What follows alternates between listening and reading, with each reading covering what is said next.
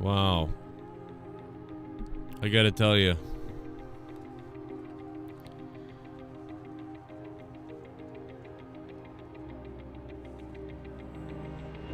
That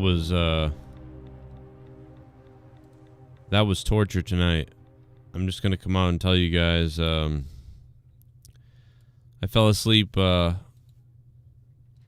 times tonight. I wish I fell asleep. I know usually I'm kind of harsh on Raw, but justifiably so. There's no bias against WWE. This was painful to get through.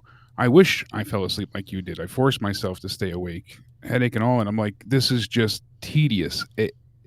Every year, post-Survivor Series, WWE always coasts until they get past the holidays. They always just kind of put on a show. It's nothing exceptional. For years now, you'll never see anything remarkable come around December time. They save all their better storylines for WrestleMania. They want to get the build to the Rumble happening. So they just go by. They coast and they take it easy and they kind of just put forth whatever they can. A lot of people are out of the office and out of the area. People are going on holidays. They want to get worried about Christmas and things like that. So they just kind of write what they can and they don't really care. This showed. This was painful. This was illogical. This was a mess.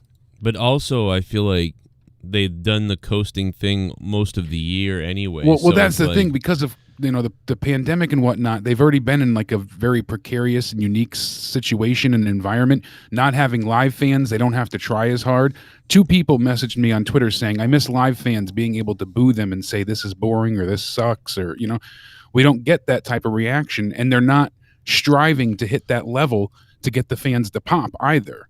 So they're not going above and beyond to get that reaction live, because the Thunderdome doesn't mean crap to them. I hate to ruin it for people out there too. Sometimes people watch these reviews and they're like, the review's better than Raw. I will tell you tonight, this review won't be better than Raw. The life is sucked out of me.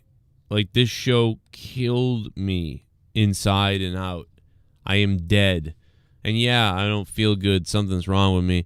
But the show really just ravaged my soul. But this shows you AEW knows what they're doing, because as soon as Raw goes off the air, they announce that Shaq will be on Dynamite this Wednesday. Right. Shaquille O'Neal. So they've already got Sting talking, and now Shaq is addressing AEW with Tony Schiavone. What else we They got? just announced this now. A little bit of the bubbly. That's it.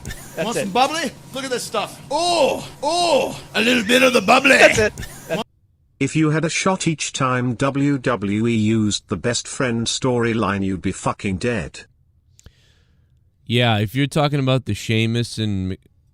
I don't know if he's talking about something else, but if he's talking about... Yeah, I think it's the Sheamus and McInfart stuff.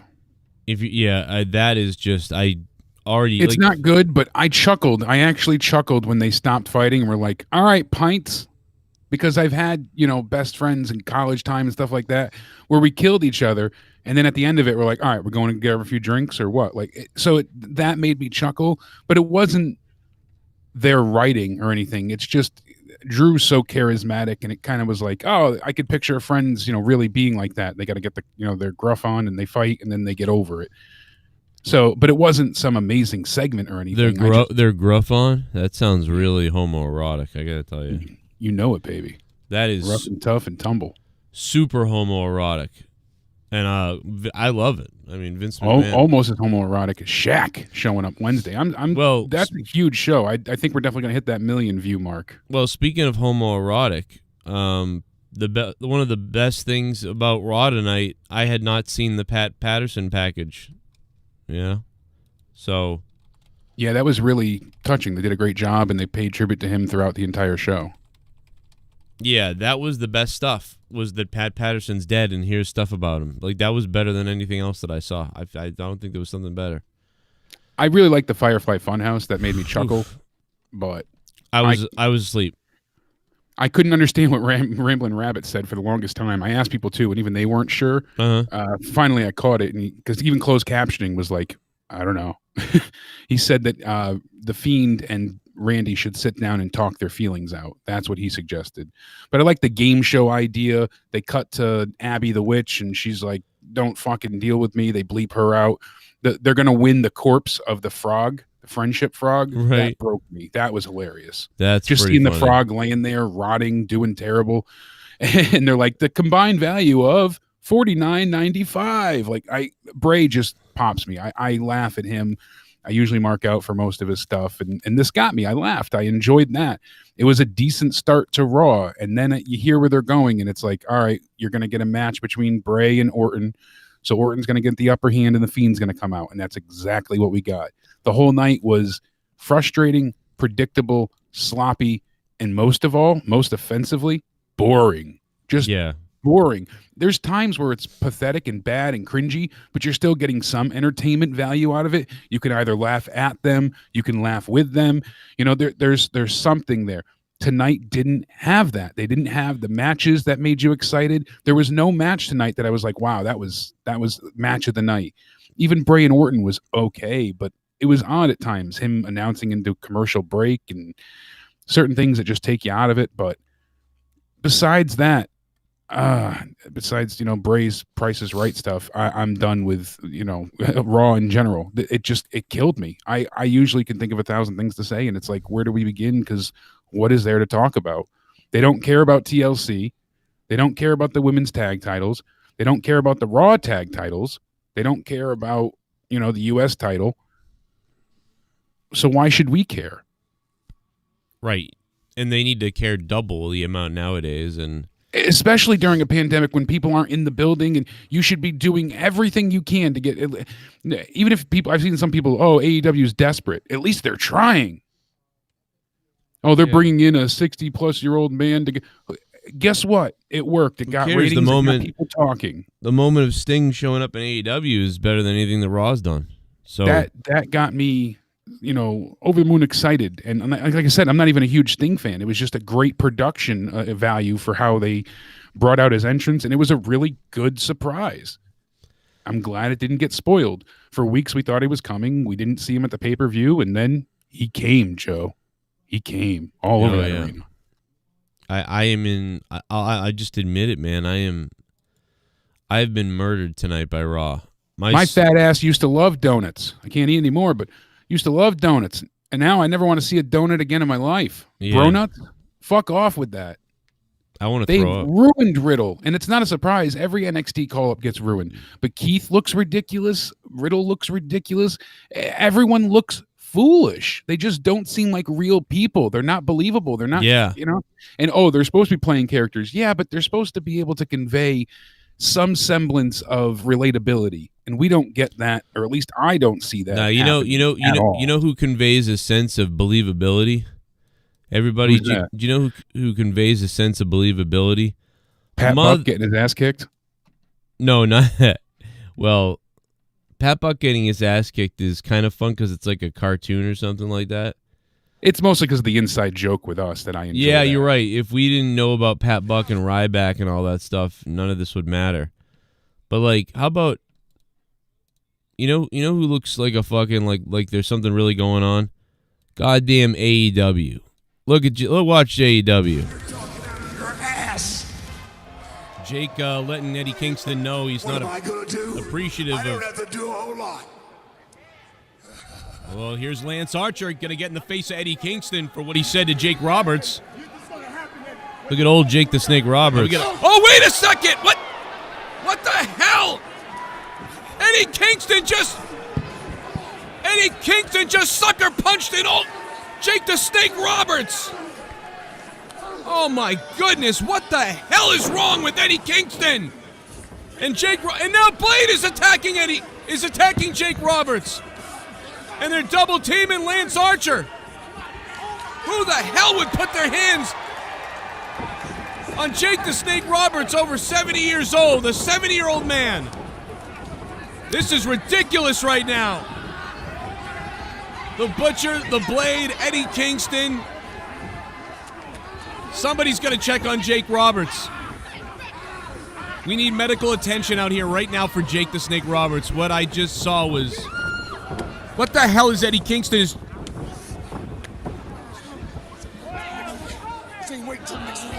can't even believe what I'm seeing right now.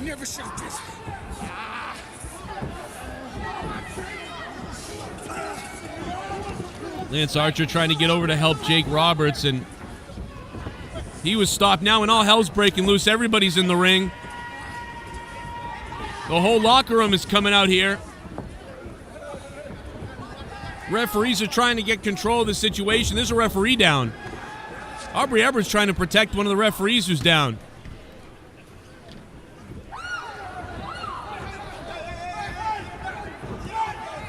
Come on, guys. What is... Watch Eddie Kingston here. I hope Eddie Kingston's happy with this. I hope he's real happy. There's an obvious injury to one of the officials here at AEW. A 70-year-old man a legend has been assaulted.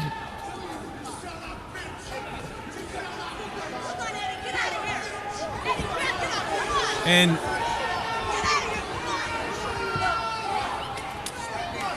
what a son of a bitch Eddie Kingston is.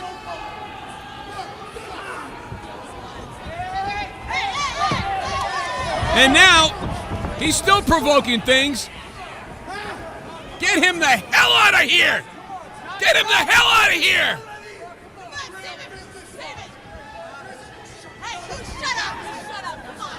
This is damn sickening.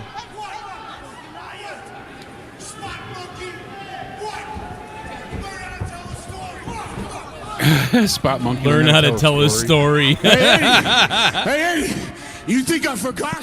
I'll never forget. And next week, I'm kicking your ass. And all you boys, and especially you, Ali, don't ever touch me again. This is going down. And next week on Dynamite, your ass is grass, punk-ass bitch. See, did the Rock and Rave have history with... Now you got Lance Archer threatening a woman. I mean, this is really... What the hell is this about? What the hell have we become here?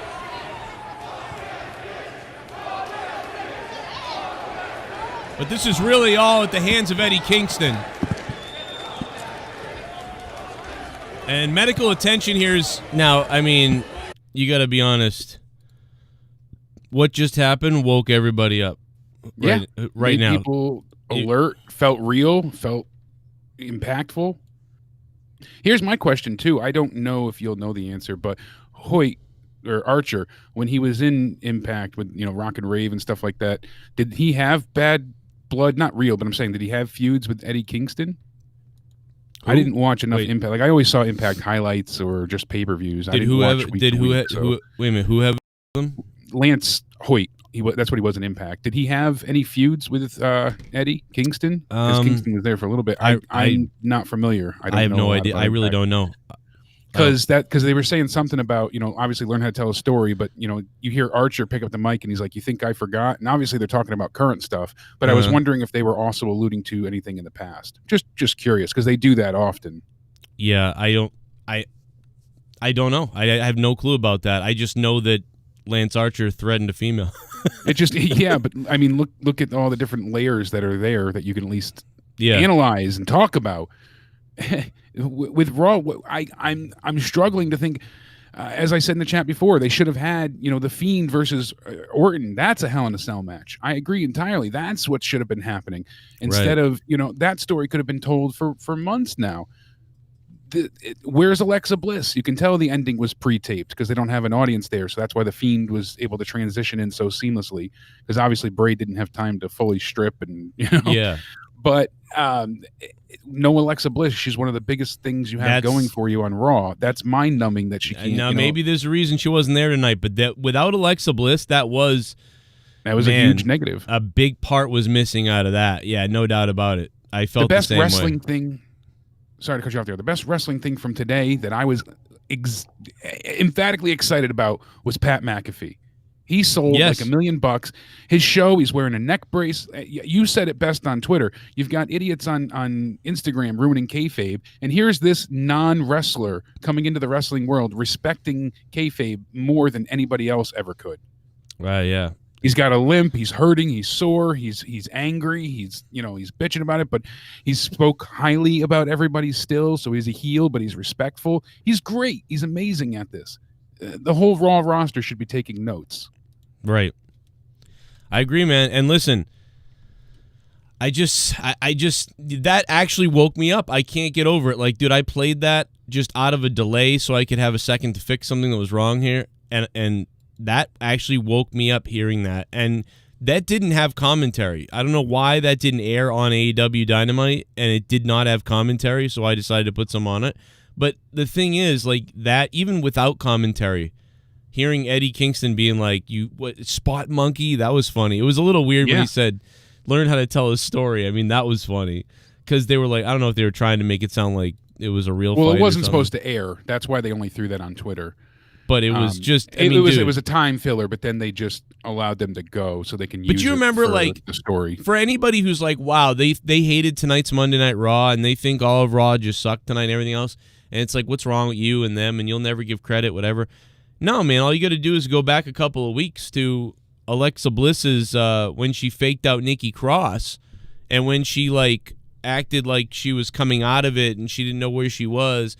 Like, I spent 10 or 15 minutes ranting about how Alexa Bliss is amazing and how she played 3 different characters in like 5 minutes, and it was great. And so, when stuff is good, we talk about how it's good. When it's good, it's good. The tag match last week was really good. As much as I wasn't crazy, the New Day was still on fire. This, we don't get that. We don't get these type of matches or moments, whatever it may be. There was nothing that felt rewarding today. Asuka barely gets the win over Baszler, and that felt just undeserving. Not because, the women's champ shouldn't be beaten, but also you're facing another women's champ in the tag champs. So both belts are being devalued here, and this feud is so frustrating because it's turning into Lana and Asuka becoming women's tag champs. And that's infuriating just because Lana's involved. She can't wrestle for worth a damn, so why are you going to make her the champion? Even worse than that is the fact that Asuka, again, is the women's champion for Raw. So you're holding that belt hostage because you can't defend one while you're defending the other. And then we don't see the belts defended for months and months on end. I'm not entertained either by the whole Lana, I'm accidentally good somehow. Like, constantly getting lucky and not finding entertained. Some way to be advantageous in that specific situation. Yeah, it's all comes down to just luck. It's luck based, and that's not something any fan wants to get behind. Hey, you guys, feel powerful. It's a power fantasy. That's always what wrestling is. I'll give you a power fantasy. Yeah, you're really turning me on tonight. Damn, baby. I'm sorry. Listen, everybody in the chat, guys, if you can, get us up to 150 likes at least. Let's get to 150 likes. I know that tonight a lot of people went to bed early. I know that tonight a lot of people aren't even bothering to watch. I know it. You know it. I fell asleep 4 times. Like I haven't fallen asleep during a Raw in a while. I mean, I've wanted to, and I've almost fallen asleep, but I've been like, oh, my God, like, let me go have a coffee, and I've sucked down an entire cup of coffee. Tonight, I fell asleep 4 times during Raw, and there was nothing I could do, man. I fell asleep sitting up at one point. Like, this murdered me tonight. I give Jake, thank God for Jake, who saw the whole thing. And so, listen, I get it, man. We probably won't be long tonight. I probably won't do anything that's really funny here tonight. The best thing you'll see is probably that weird commentary of AEW that I just showed that I did. That's up on Twitter that you guys can tweet at AEW and tell them why they need to hire me. But the bottom line is, this is not going to be a good night because there's just I can't come out of the funk. They put you in a funk, yeah. I mean, Chai Day said Lana is Jar Jar Binks. That is so true. Just that unlikable character that keeps lucking out time and time again. And Kieran Modi said, guess I may have been right weeks ago about why they changed Matt Riddle's name to just Riddle. He did say this at that time, and I said, that might be something, but I wasn't sure. What? He said when they team with Jeff Hardy, they don't want to say Matt and Jeff. And they tease them teaming up tonight. He made perfect sense then, Now it makes even more sense. They don't want Matt Riddle and Jeff Hardy, Matt and Jeff, because everyone will call them Matt and Jeff, Matt and Jeff. So they want Riddle and Jeff. Why don't they just call it Riddle and Hardy? That's what they're gonna end up. Riddle just, and Jeff Hardy. Just fucking say Riddle and Hardy. That would be better, but they don't want Matt involved at all, I'm sure. So that makes sense. Son of a bitch. Garen, good job on the. They're that worried about that, but not that their show sucks. Like, nope, oh my God, we might say, it's like, well, guess what? Don't say it. Say Riddle and Hardy.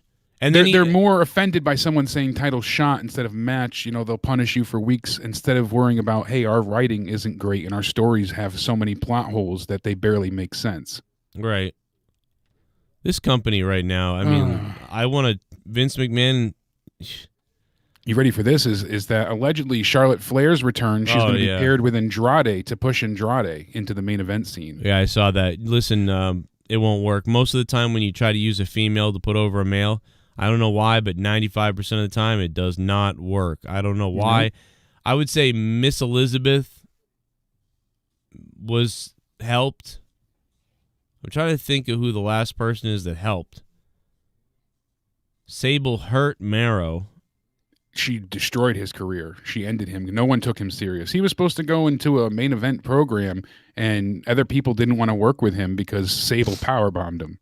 Right. Now, I guess you could say that Alexa Bliss is helping Bray Wyatt, but he was already a star. He was already established, yeah. Right. And she's not the focal point either. Yeah. Charlotte would be the focal point, and Andrade would be the one to get the come up from it. And then we also hear that Eva Marie is now listed internally as a member of the roster officially, and she may not make her television return yet, as she still has a few other obligations to take care of, but she's likely going to be teaming as a replacement for Peyton Royce in a new version of the Iconics with Billie Kay. That's what's been rumored there. Okay, because they feel like Peyton Royce... Wait a minute, they feel like Billie Kay needs a tag partner. Yeah, they both needed tag partners, so they just put them with new people. They put Peyton Royce with Lacey Evans, and they're putting Billie Kay with Eva Marie. That drives me nuts because I think Peyton Royce is a great singles wrestler. But I liked her as a single star. She did well, as we saw her previously, and unfortunately, Billie's fun on the mic. Billie she's needs entertaining with her personality. Yeah, but I liked them as the Iconics. They had a good ebb and flow together. They covered each other's low ends to make their high ends even better. Well, it's another situation of, hey, the Iconics was pretty good for what it was. Like I thought it was a nice 7 out of 10 heel tag team. They had a dynamic down, whatever. And if they break them up, they need to push Peyton Royce as this big single star. But it felt like they broke them up too early. And it's similar to Enzo and Cass.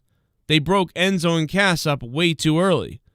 They've broken up them now way too early. The Iconics were a solid 7 or maybe an 8. I don't know. Like they were pretty good. They weren't they weren't this great wrestling tandem, but they were just like this great heel team for nowadays. They're pesky. Yeah, they weren't this wrestling powerhouse like you're saying, but they had a developing of a cult following because of all of their backstage stuff, the things they were doing on The Bump and WWE.com and stuff like that. In media, they were always entertaining and funny and just, hey, Kayla, all that kind of crap. It was entertaining. I liked it. Showed personality, showed character. And then when they won the titles, I was like, wow, this is great. And then we didn't see them on TV for months. They did nothing with those belts. They're like, oh, but they gave them the titles, but they never let them defend them. Until they lost them, we never saw them hardly ever. And now what do they do? And now split them up. Not long after that, for them to go ahead and get new teammates. Now the Iconics basically became 5 or 6 out of 10s. Like they're just drifting into whatever.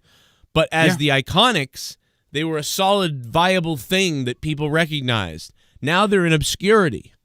So now we know that was stupid and a dumb idea. Unless you were going to super push Peyton Royce. If you're going to push Peyton Royce into some great singles thing, then it would have made sense. A little bit of the bubbly. Have a little bit of the bubble. Bubbly? A little bit of the bubbly. Red comment, man. Thank you, brother. Ready for Impact, lol, and dare you. You know what? Probably Impact's going to beat this. There's no way Impact doesn't beat this because this was a 2 out of 10 tonight, or a 1 out of 10, or something. So not with viewership, but they'll win with ratings. Yeah, they won't win with views. Fans. Yeah, I'm gonna watch Impact tomorrow. You know, I don't plan on watching Impact. I don't think they can do much to get me to go back.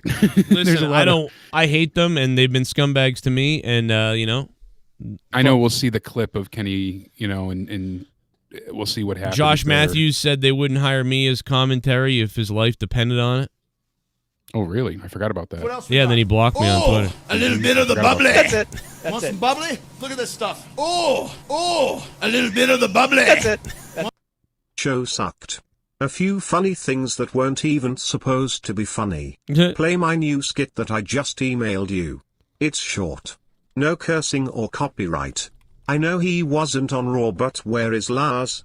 Remember when Mojo had the promo and all? Remember when Mojo had the promo? Yeah, I remember that. And you remember when I made fun of it? You remember when I made fun of it and I said how great it was and they should keep going with it and it's funny as fuck and keep yelling into the mirror and all this stuff? And then Jake said, yeah, it's funny and I like it too, but I don't really care because probably nothing will come of it. And I said, are you serious? You think they're really going to just bail on that after they do this? And Jake goes, yeah, because they do this all the time. And guess what? They fucking bailed on it. They fucking bailed on it, and Jake was right. There's so many stories that they have bailed on. And, you know, people in the chat, like Keith said, why break up, you know, Heavy Machinery? Not that they were tearing apart the tag team scene, but they were fun to watch, and they were solid. You know, if you needed a win, you could beat them, and they could recover. But they could also be a good team for fans to get behind, as we saw in the Tag Team Elimination Chamber. You know, the fans were really behind Otis and even Tucker. But they split them up. They had them feud against each other, and we never got a resolution. They just forgot about it. Otis has been on SmackDown doing other things, and Tucker hasn't been seen. They bought Jackson Reichert in tonight, I guess, on Main Event before Raw. He's now with Elias, so that's surprising. Yeah, I heard that Elias was about to flip his character or something.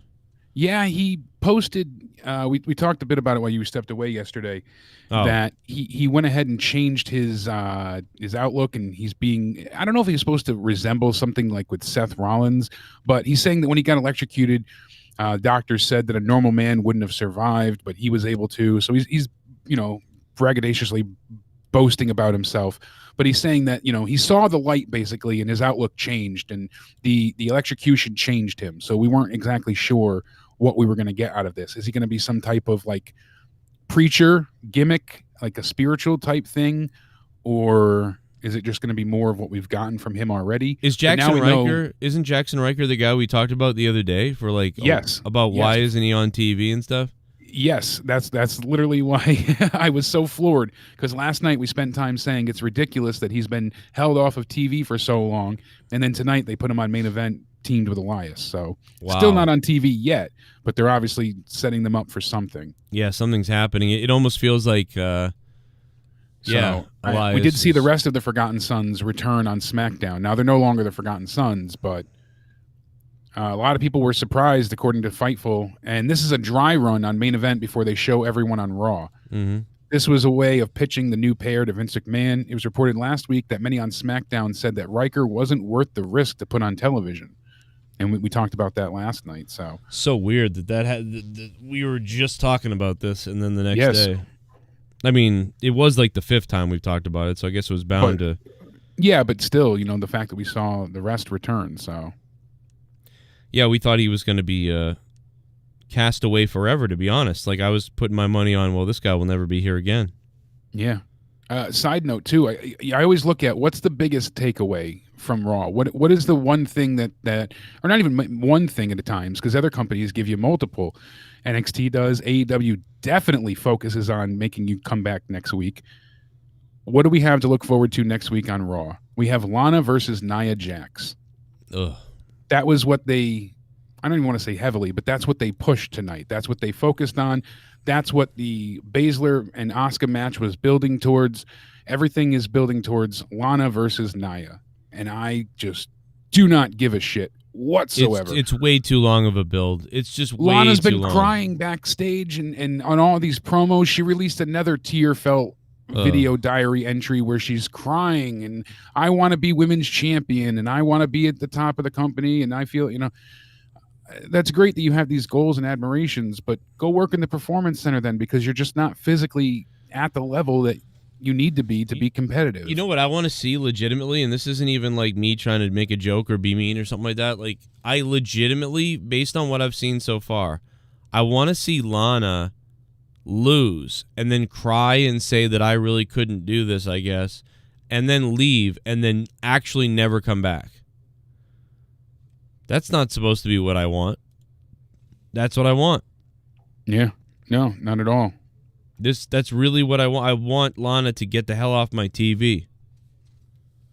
So, and by the way, DJ Scandalous brings up AEW tomorrow, or Wednesday rather. Shaq is going to be there. We did mention it earlier, but yeah, listen, we talked about this the other day.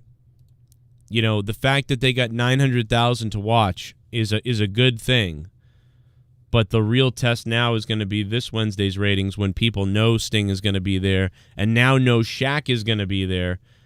If they don't pull in 1 million, I'll be, Joe, one of the segments they had when you do the breakdown per segment, the one with the Young Bucks, I believe, had 1.1 million, and the Sting's debut return, whatever you want to call it, had 1.05, I believe it was. Whoa. I was reading this earlier in the day. So, like, the average was 913, 917, whatever, a little over 900,000. But they did hit over 1 million viewers watching live concurrently at one point. Wow. So I definitely think with everything, they have Shaq advertised, Sting's talking, they got the Eddie Kingston match, and we got the fallout from Kenny Omega. There's a lot just on the base level. I'm sure I'm forgetting things that are happening too, that they're really trying. So there's a reason to tune back into AEW.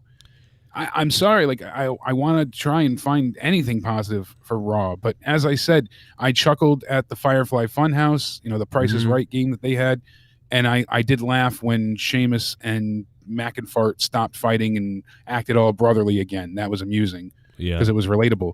Besides that, Ricochet and Dana Brooke teaming up, that was horrific. That was thankfully very short, but that was so bad. And I see Dana Brooke, and I want to like her. I kind of like her. She comes her, out, and you're like, oh, good for her. Like I said this to Diva Bible before. He had the same sentiment. I want to see her be a person to succeed, but you just never get that with her. So because they need to cut these people loose and let them just go out and have matches and let the chips fall where they may. Like, hey, we're in the back tonight. We're gonna make a match. Dana Brooke versus whoever. It's like look at the Raw roster. I'm trying to. I know I'm doing this on the fly right now, but I'm trying to pull up the Raw roster. Is there a way to just pull up the Raw? WWE.com or Wikipedia has them both. Oh wait, current. Okay, here's Raw. Okay, so we got a bunch of people who aren't there. Charlotte, Becky Lynch, and they're still active, so they consider them part of the roster. There's Dana Brooke. There's Lacey Evans. So if I work for Raw right now, and you're like, Joe, how are you booking Raw? I'll tell you right now. We're gonna book Lacey Evans against Dana Brooke. We're gonna put them out there in a match. We want Lacey Evans to be the heel, and Dana Brooke and Lacey Evans are gonna go out there and have an 8-minute match. Lacey Evans will win by count out because they go outside the ring and she throws her into the post or something like that. I don't know, whatever. And let the women go do something. And then when it's over and they come into the back, you evaluate. You say, how did that go? And you think to yourself, how did that go? And you go, was that interesting enough that I want to see that happen again? And if the answer is yeah, then you think of something really good to do the next time. Exactly, and the producer can say, all right, what did we do in this match that worked? What didn't work? So let's take the part where you tossed her out of the ring and threw her into the stairs. That didn't look right. So let's take that out of the next match, and let's go ahead and work on what did work. The submission moment was really excellent. So let's work on your selling. I don't feel like they're getting that type of mentorship. Or just like, listen, it didn't, I didn't think anybody cared. And so, but it's good because Lacey gets a win, and so now let's move Lacey up into something else and like start doing something with her somewhere else. Or, you won because you threw her into the post and she smashed her face, and then she could count it out. Let's have another match, but we'll do falls count anywhere. So next week it's Falls Count Anywhere, Lacey Evans and versus what's her face? I don't even remember her name now. Dana Brooke. So Dana Brooke, Lacey Evans, Falls Count Anywhere, and you give them a lot of time, right? And you give them time, or no DQ, Falls Count Anywhere, whatever it is. So you let them just like, we're going to use chairs, we're going to use this, we're going to use that, we're going to go up the stage, someone's going to go off the stage, there's going to be a table, like we're going to do all these things, and you guys are just going to tear it up, in this match. And it will propel both people to start elevating them in a way, but everything else, it will. But everything else isn't will. that creative. It's always just like, put them against each other. Now they're in a tag team match against each other. Now somebody else comes out, so then they need a friend, and then there's a tag match with them. Then they have another tag match. And then somehow they end up working together, which is even more infuriating. Yeah, and then, now they're friends for some reason, and now they're going to be friends. Or even worse than that, they have the enemies work together to take on another team. Right. Which is always ridiculous. They constantly do this. Yes. And it's like, what are you doing? So basically, we don't get mixed tag matches often either. So that was like an attraction tonight, kind of a spectacle. And I'm like, oh, this will be good. It didn't even get 2 minutes entirely. Commercial breaks were longer than what they gave us in this match. Yeah. We got nothing. And then Mia Yim can wrestle. She was great in NXT. I really enjoyed her. Well, no, she's not the greatest, but compared to what we got tonight, I know she can do far better than this. I don't know if it's the Reckoning gimmick and the mask always screwing her up. She can do better, but I've never been a big fan of her anyway. But that's just I liked her a great deal in NXT. I always thought she'd be good on the main roster because she wrestles the style that WWE likes. Yeah, she has more of a main roster style. I'll concede that, definitely. But I figured her as Mia Yim would have fit so much better than this Reckoning gimmick. I remember Retribution thinking like, okay, week 1, they got the firebomb on the generator. Like, all right, where is this going? I never expected it to fall from grace this hard. I knew they'd screw it up, but not this much. Yeah. This is insulting. I would and by the way, back to my female point, I would then take whoever is the better person in that match, and I would flip them face. Right, I would try to make either Evans or Dana Brooke face in those series of matches, and then I would do a huge maybe heel run with Peyton Royce, just a huge heel push, and then she'd face the person who won those 2 matches or whatever. Yeah, Dana Brooke and Lacey Evans. Yeah, see, because then you're setting something up. The problem is this doesn't elevate anybody. You're making a great point. What they did tonight, what they've done previously, Mia Yim has lost twice now. She's been embarrassed by Mustafa Ali twice now. All this does is make her look weaker than ever, and it doesn't make Dana Brooke look better. It's not elevating Dana in the process. That's the problem. So Dana's not ready to move on to another competitor because she doesn't feel like she achieved anything by winning. Why do you think they're pushing Dana? I don't think they will push her. I think they're just utilizing her at this point, and then they'll forget about her in about another 3 weeks, as always. I think they should. It's just because they needed a female right now. They're waiting for Mandy to come back for Dana Brooke to have her tag partner back. That'll be her main focus. She'll be back with Mandy. That's my full-on assumption here. See, I'm guessing, but that seems to be what their plan is because they had to get Dana Brooke out of the Survivor Series match, because Mandy was legitimately injured by, with the mess up with Nia and everything through the ropes. So then they went and they just, what can we do? Who's on the roster that we can, Mia Yim. All right, Reckoning, go take out Dana Brooke, and then we can have a match once or twice, a week or 2, and then hopefully Mandy's back by then. I think that was their plan. The crazy thing is how, Dana Brooke in NXT was good. Like, even though she still was like, you could tell in NXT that Dana Brooke should be on the main roster because Dana Brooke didn't have a, knock him down, drag him out, like crazy woman's wrestling style. She was going to have this main roster style, but she had the entrance. Her music is good. Her little, like, twirling round off that she does when she comes to the top of the ring looks good. She comes down to the ring with this presence, and then she comes in the ring and she does a few things well, like kicking, stomping, drop kicking, punching. She sells pretty good. But if she tries to do too much, she botches. So you just keep her in that wheelhouse of being solid enough to be this lower mid-card wrestler. But if you make her seem serious, like they did in NXT, she felt like a real wrestler who had an attitude that came down. But in WWE main roster, she's always felt like a goof.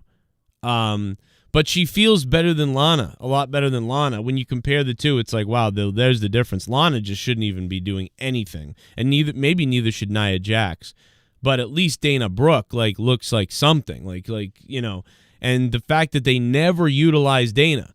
So Dana Brooke, while everybody can make their jokes and call her Dana Botch and all these other things, Dana Brooke is here. Nia Jax is here. And Lana is here. But Lana and Nia Jax are constantly featured in pretty big storylines on Raw. They're up here on Raw. Yet Dana Brooke is here. But Dana Brooke is better. So it makes no sense. Doesn't make any sense at all. And not at all. It's just one of the things that is shit I'm bomb. confused about. 2 things to say. How about that Washington football team? And second, Sting and Shaq on Air You on Wednesday. Air You about to hit 1 million plus. AW's, yeah, you might be right, D-Welsh. What up, D-Welsh? Yeah, Washington beat, the Steelers? So the Steelers undefeated goes bye-bye. Which is, take that, Steelers. Listen, I obviously hate the Steelers. They're tied with the Patriots for the most Super Bowls ever. So we need the Steelers to lose. The Lakers have already tied the Celtics for most championships in basketball. What else we got? Oh, a little bit of the bubbly. That's it.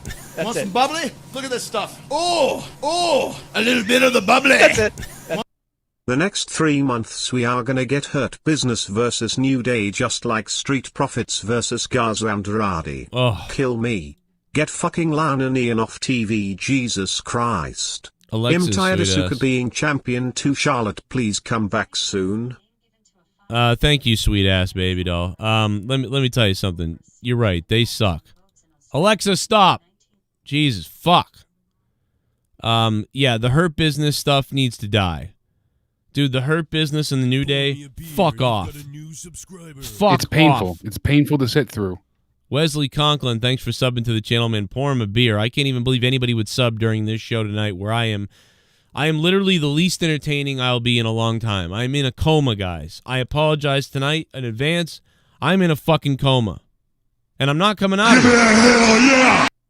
I have a feeling that Eva Marie is gonna help Carmella against Sasha. Ugh. I feel like Carmella-Eva gimmicks go better together. What if Billy gets Peyton as the mystery partner and we learn of a trade? Been so much backlash since breaking them up.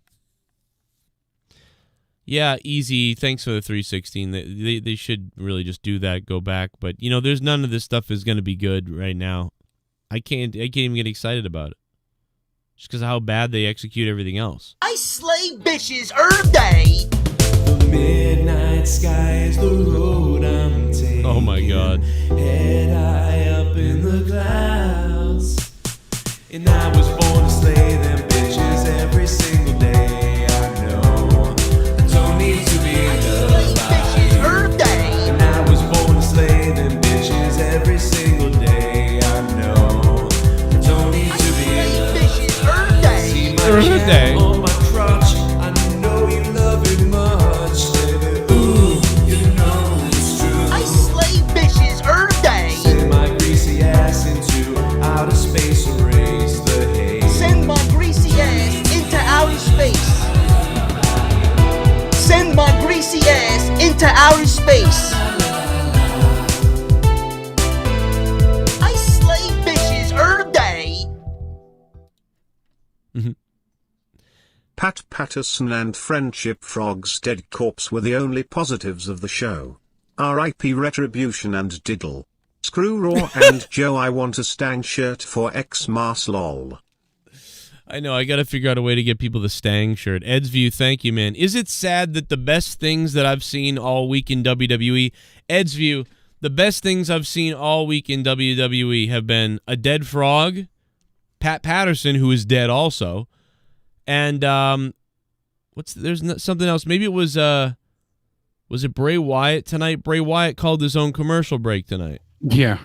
That was something. I kind of enjoyed that match, but it wasn't nothing to write home about. We'll be right back. Sure. People had asked in the chat as well. I don't see any update on Candice yet about her arm. I looked through tweets. The last thing I saw was Johnny Gargano said that he got stitches on his lip and Candice got x-rays on her arm. So they were both in the hospital this morning, seemingly doing okay. They looked exhausted, but hanging in there. Well, she should stop giving him the reach over jerk off. That's what happened. Well, that would help. Oni Lorcan is okay. His eye was just a little badly. A little bit of the bubbly. That's it. Want some bubbly? Look at this stuff. Oh, a little bit of the bubbly. That's it. Lacey Evans and Peyton Royce are way better than Nia Jax, Lana Dana Brooke. And they are not on TV, and these three bitches are every week. That's a great point. Easy E, thank you, dude. Yeah, where are they too? No kidding. It's like, what are they? Easy E, where are they? You know, what's going on here? I don't know, because one of the things we had read, I think it was 2 or 3 weeks ago, was just that when they're focused on set stories, they only focus on those. You know, they had the other women on because it was Survivor Series and they were building the teams. Now the only thing that matters is the Lana story and Alexa Bliss when she's there. So, and I haven't read this beforehand yet. I'm looking into it now, but Diva Bible sent me something about, I guess they're filming Punky Brewster. They're doing a reboot of the show. What? And it's going to, yeah, how awesome is that? But it's with Charlotte Flair and Alexa Bliss, reportedly. Wait, but there are two. What are you talking about?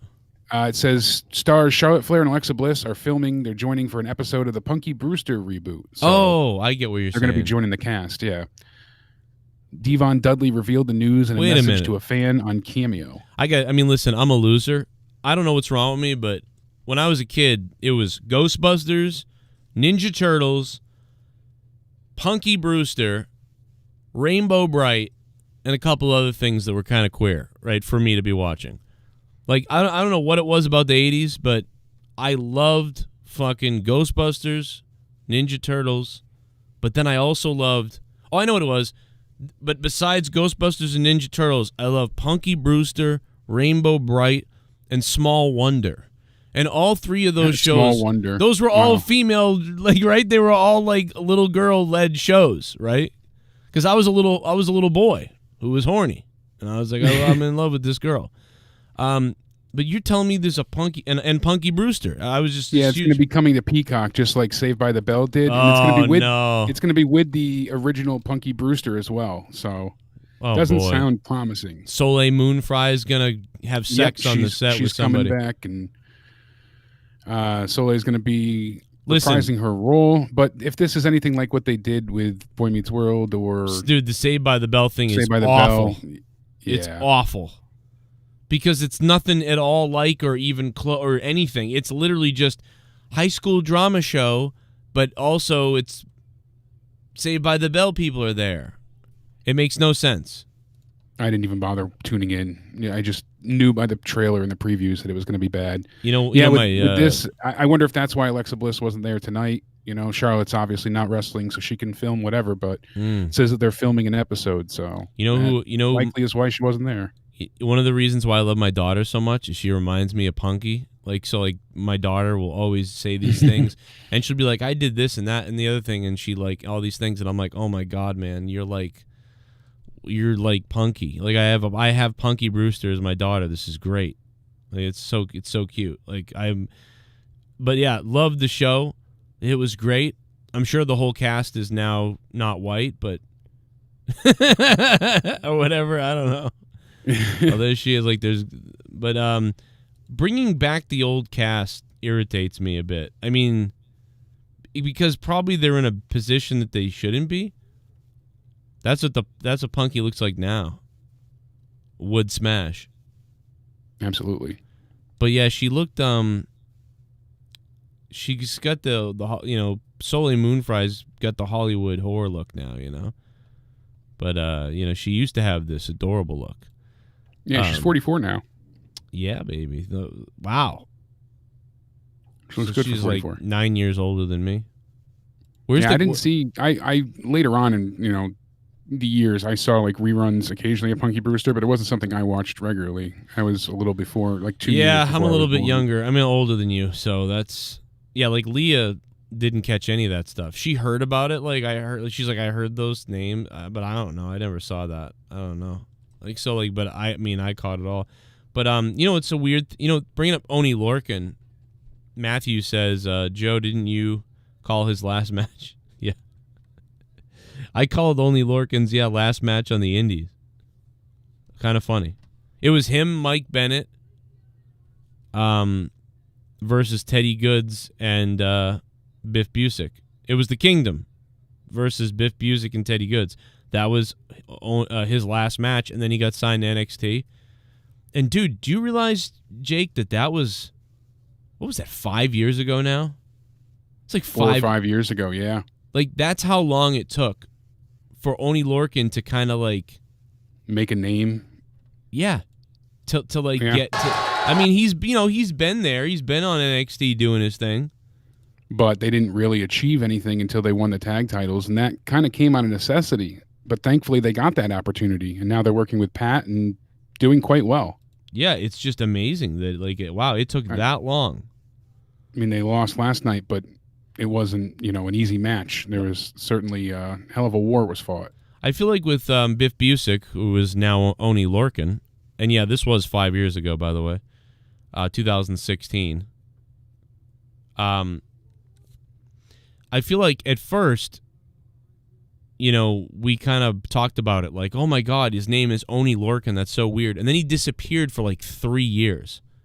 And then he sort of like started in the last year or 2 years to come back and have matches that mattered again. And now he's, obviously, when they become champions and stuff like that. So it's good to see that Oney Lorcan like survived NXT and then really made his way up again. You know what I mean? That they didn't just lose him or get rid of him or, because if he just went into NXT for a couple of years and then ended up leaving NXT and that's it. I mean, it would have been sad that, like, that's all that Biff Busick ended up doing is a little bit of NXT and then back to the Indies, so he's still there. And, I mean, hopefully, he's getting paid the right way because he could have been on the Indies this whole time. But, I don't know. This Teddy Goods looking sexy. Yeah, no kidding.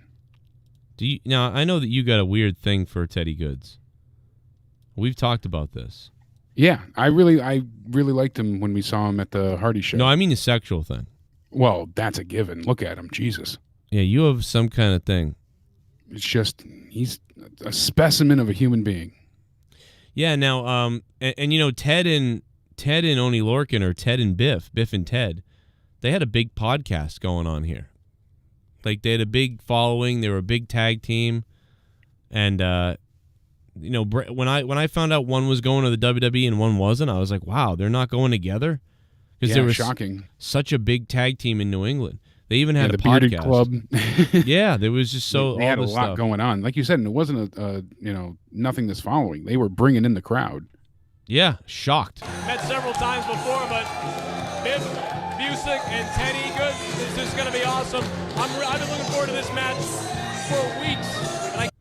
And it's funny, my voice is different back then on commentary. It's funny how things change. But so we basically take out a Monday Night Raw that it was garbage, it was terrible, and all we can think about is what's going to happen on Wednesday at AEW. Yeah, I mean, and I'm looking forward to NXT as well. I want to see if they're going to do anything with Pat. I'm curious what happens with Finn Balor. Is Cross going to return? But I'm more intrigued by what the hell is going to happen on AEW. Right. Even SmackDown is kind of falling to the wayside. A lot of the storylines aren't working. It felt like they were trying, and then this past week was pretty piss poor too. The only saving grace was the Roman stuff, and even that was kind of a little bland for my liking. The ending was a bit, I don't want to say shocking, unexpected would be more the word, because he attacked Jay after attacking his opponent as well. But going on from there, it's he's trying to really show his dominance. But I hope they don't bury that storyline where it just gets to be the same thing every week, where Roman puts Jay down and then he attacks somebody. And I hope they can go deeper and further with it.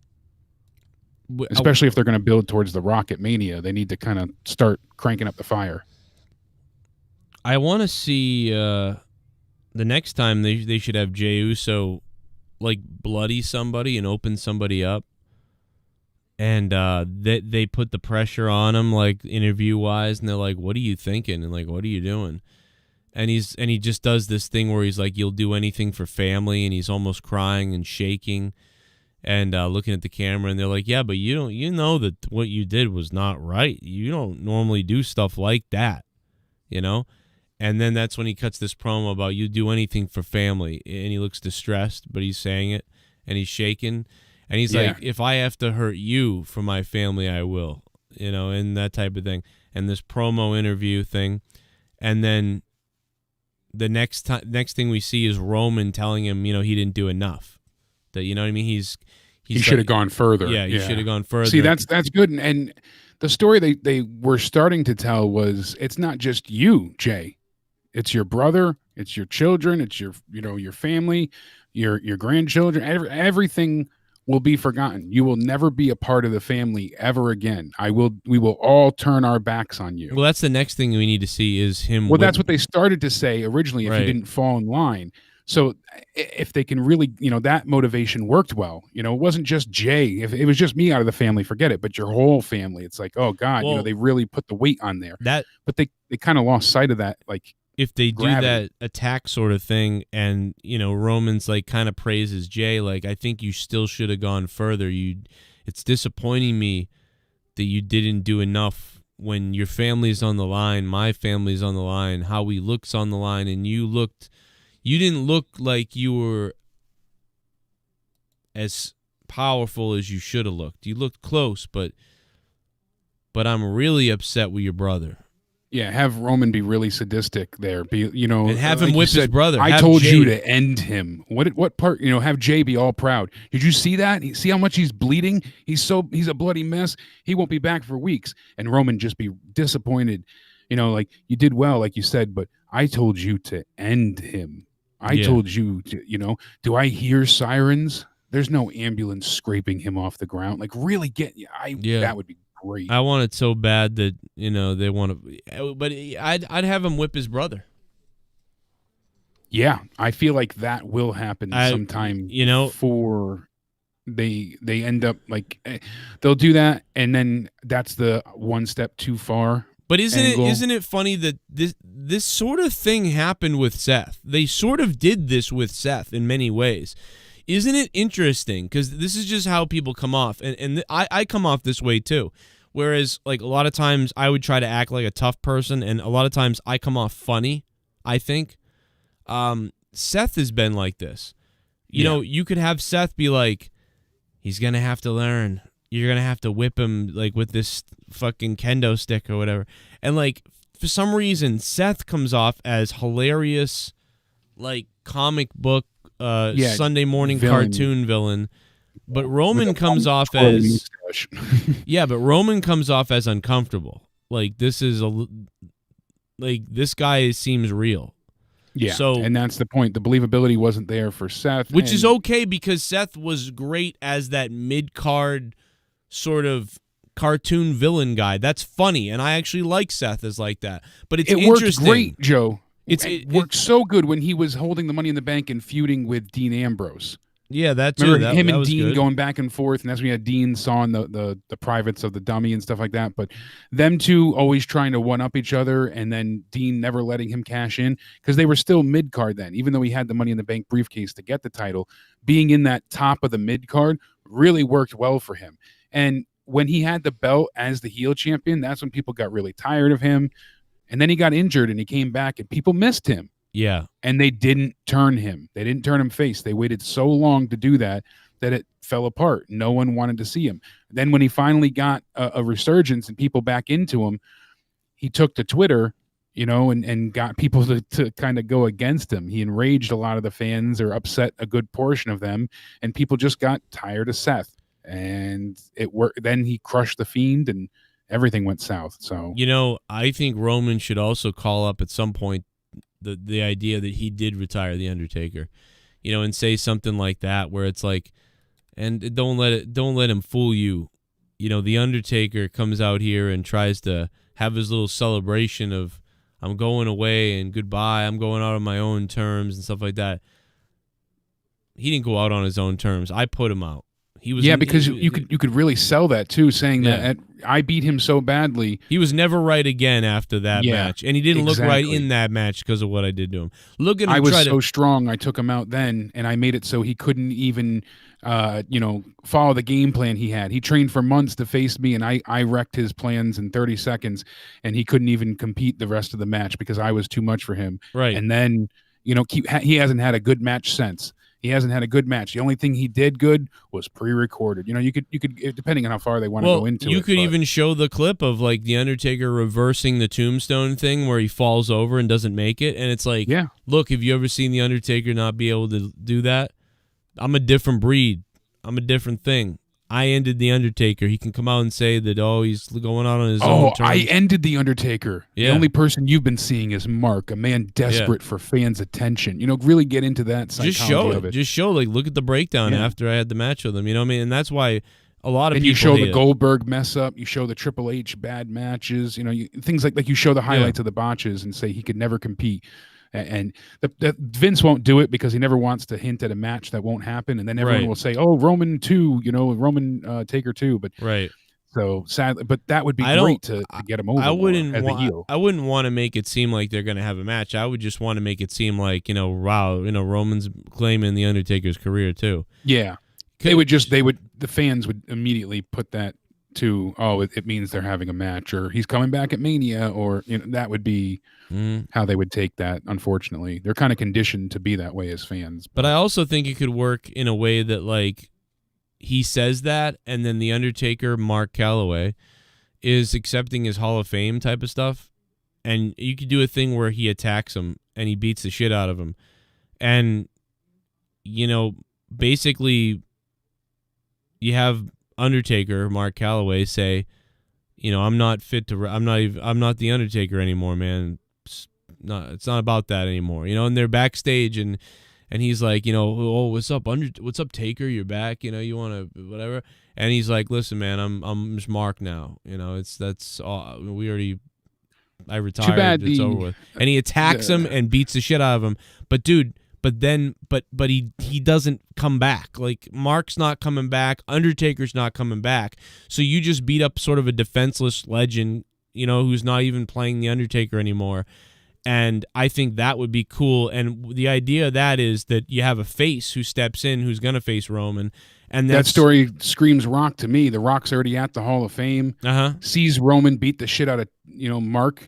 And he's like, "What the hell are you doing? He's retired. He's not even wrestling anymore." And gets in his face, all pissed off, and that I could see working well. Yeah, and it'd be great is if Roman yelled something as they were trying to separate him, and he yelled, "I killed the monster. Now I'm gonna kill the man." Like, holy shit, bro! Like, make him sound real serious. And then The Rock steps into to stand up for the Undertaker, because The Rock says, back when I was first in the company, there were people that would, do things for me and do that. And this guy, and Undertaker always looked out for me. There were guys that wanted me to knock me off right from the beginning. And, some people know who those people are that might have done that. And the Undertaker was a stand-up guy, and you're not going to do this. And so then they have their little thing. And it all plays into the thing. And maybe we're looking too much into these stories and things like that, but it's sort of the Superman story. Remember Superman, was it Superman 2?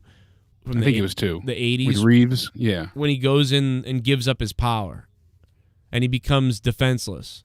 Yeah. It's sort of that story where he goes in, gives up his power, then he goes to like the local bar or cafe, and those regular dudes, bullies at the cafe or the diner, just beat the shit out of him. And they don't even know, like, this is Superman. And the Superman is getting the shit kicked out of him, and you want to see him get his powers back and kick these guys' asses, and that's kind of what I think you could do. The only difference is maybe it wouldn't work because, again, I wouldn't have the Undertaker's not coming back. So no, and that kind of leads to a match. But there's like what you said with the Hall of Fame. Too bad it's so close to Mania. If they did that at Rumble time, that'd be perfect to set up a build between him and The Rock. Something like that. Yeah. And then Stang shows up. Got to have Stang. Yeah, the Swerve Show. That's right. Stang versus Roman. And maybe you wouldn't do that because you're right. It still kind of tarnishes Undertaker. Just let him let him be gone. Well, maybe Roman doesn't beat him, but just if he's at the Hall of Fame, after he's done saying everything, Roman stands up and says, "I retire." Something like that, like yells. They can even do it when the cameras are off and then they show it the next night. So the Hall of Fame goes off. It looks like it was a nice ceremony. And then on Raw or SmackDown, be like, we have to show you what happened immediately afterwards. Roman Reigns stood up and started lambasting The Undertaker, calling out Mark Calloway and saying that, you should have retired when I beat, and he could do everything verbally. And then The Rock interjects. There's ways to make it work. But yeah, I don't think Roman has just been really. We talked about this years ago because we brought up the old NXT footage of Roman being a heel. Yes, and we all this said, is what we wanted. We finally got it. Oh man, Roman will be a great heel if they just make him heel. God damn it!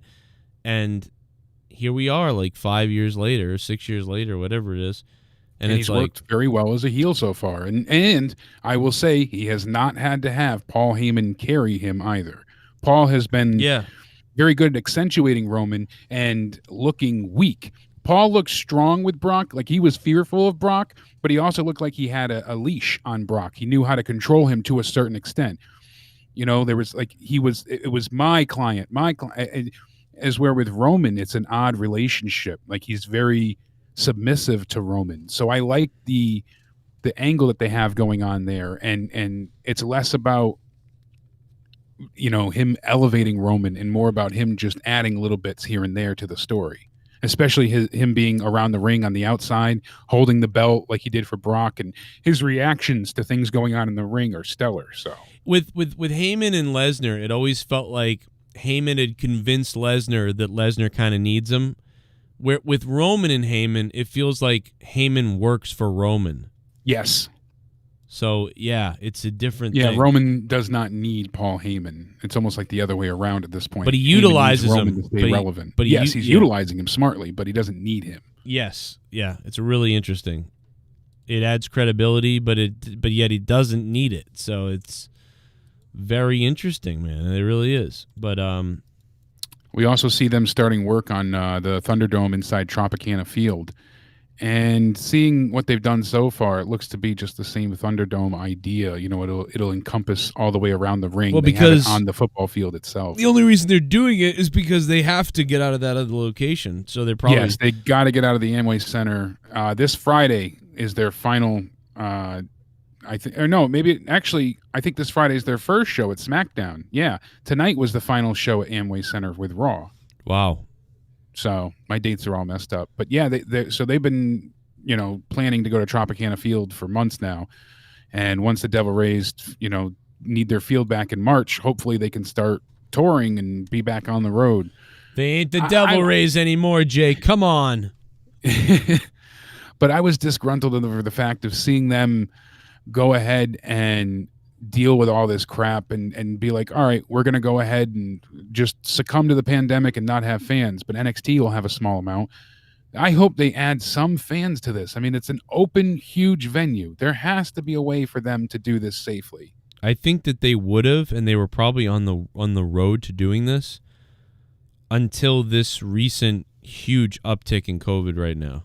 Maybe. I mean, they think it's just a better idea to keep the fans at bay, but the fans don't interact with the staff. I know that we all want to just go whatever, but like you got to think about it. Like California is at capacity in hospitals. Oh yeah, absolutely. I'm not doubting that. It just seems like AEW's done it in a way that they haven't had outbreaks and they've been successful at staying safe. You're right. So. Why is AEW able to do it in a certain way? And listen, they had 1,000 people at AEW, yep, and it made that Sting return 850 or 1,000, whatever.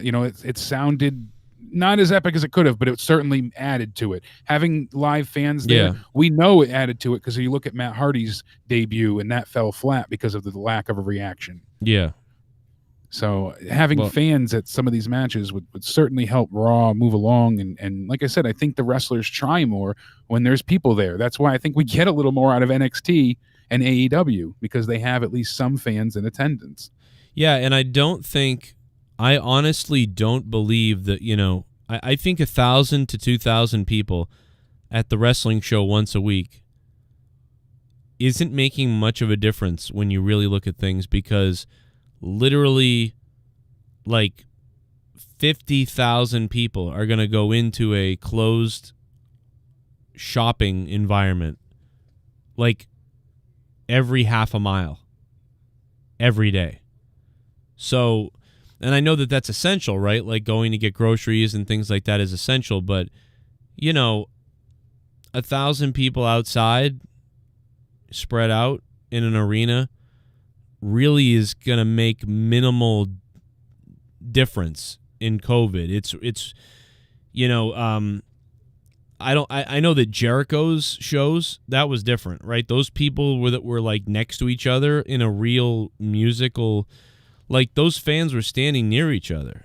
Oh, at Sturgis, that was a super spreader event too. That had 7 people that they contacted traced show up with COVID, and by the time everybody left, there was 250,000 cases. Right. Yeah. So like that's different. that's just stupid. Like there was thousands of people on top of each other at an event, and I mean like tens of thousands, right? Like there was just so many people. Yeah, hundreds of thousands of people showed up. I think it was 400,000 in total. But if you have 6,000 people watching a band play and the people are packed all around the stage, like that's a different thing. But if you have 1,000 to 2,000 people spread out, sprinkled out through the seats in the back area at your wrestling event, that is like grocery store shopping is still above that in risk. So it's very minimal. Now, but I know the moral thing is, that's to get food. This is just to watch some wrestling show, so you shouldn't be doing it. And I say, not just because it's wrestling, but you need these type of things for your mental health, because people are losing it. You need entertainment. You need, so it serves its own purpose. The thing that AEW has seemingly done right, and WWE followed not that long behind, they're testing people to get into, at least NXT definitely tests people to get into the shows. Then, like even if you and I know each other, we can't sit together because we're not in the same pod, because we're not grouped together normally. So they don't allow people to mix that aren't in the same groupings. They have people separated. Daly's Place is open, so it's got airflow coming through. They have people in masks. They have them tested, and they have them screened as they come in, and then they're separated. They're not seated together. They're very spaced apart, so socially distanced. I think that they could do something like that here, just looking at the setup around the Thunderdome, put the Thunderdome up a little bit higher, and then just get the lower bowl part of it filled with fans. You absolutely probably could do this safely and make it work. Yeah, I feel like they should be able to do it, but I know that they're probably worried just because right now things are worse than ever with COVID, or worse now.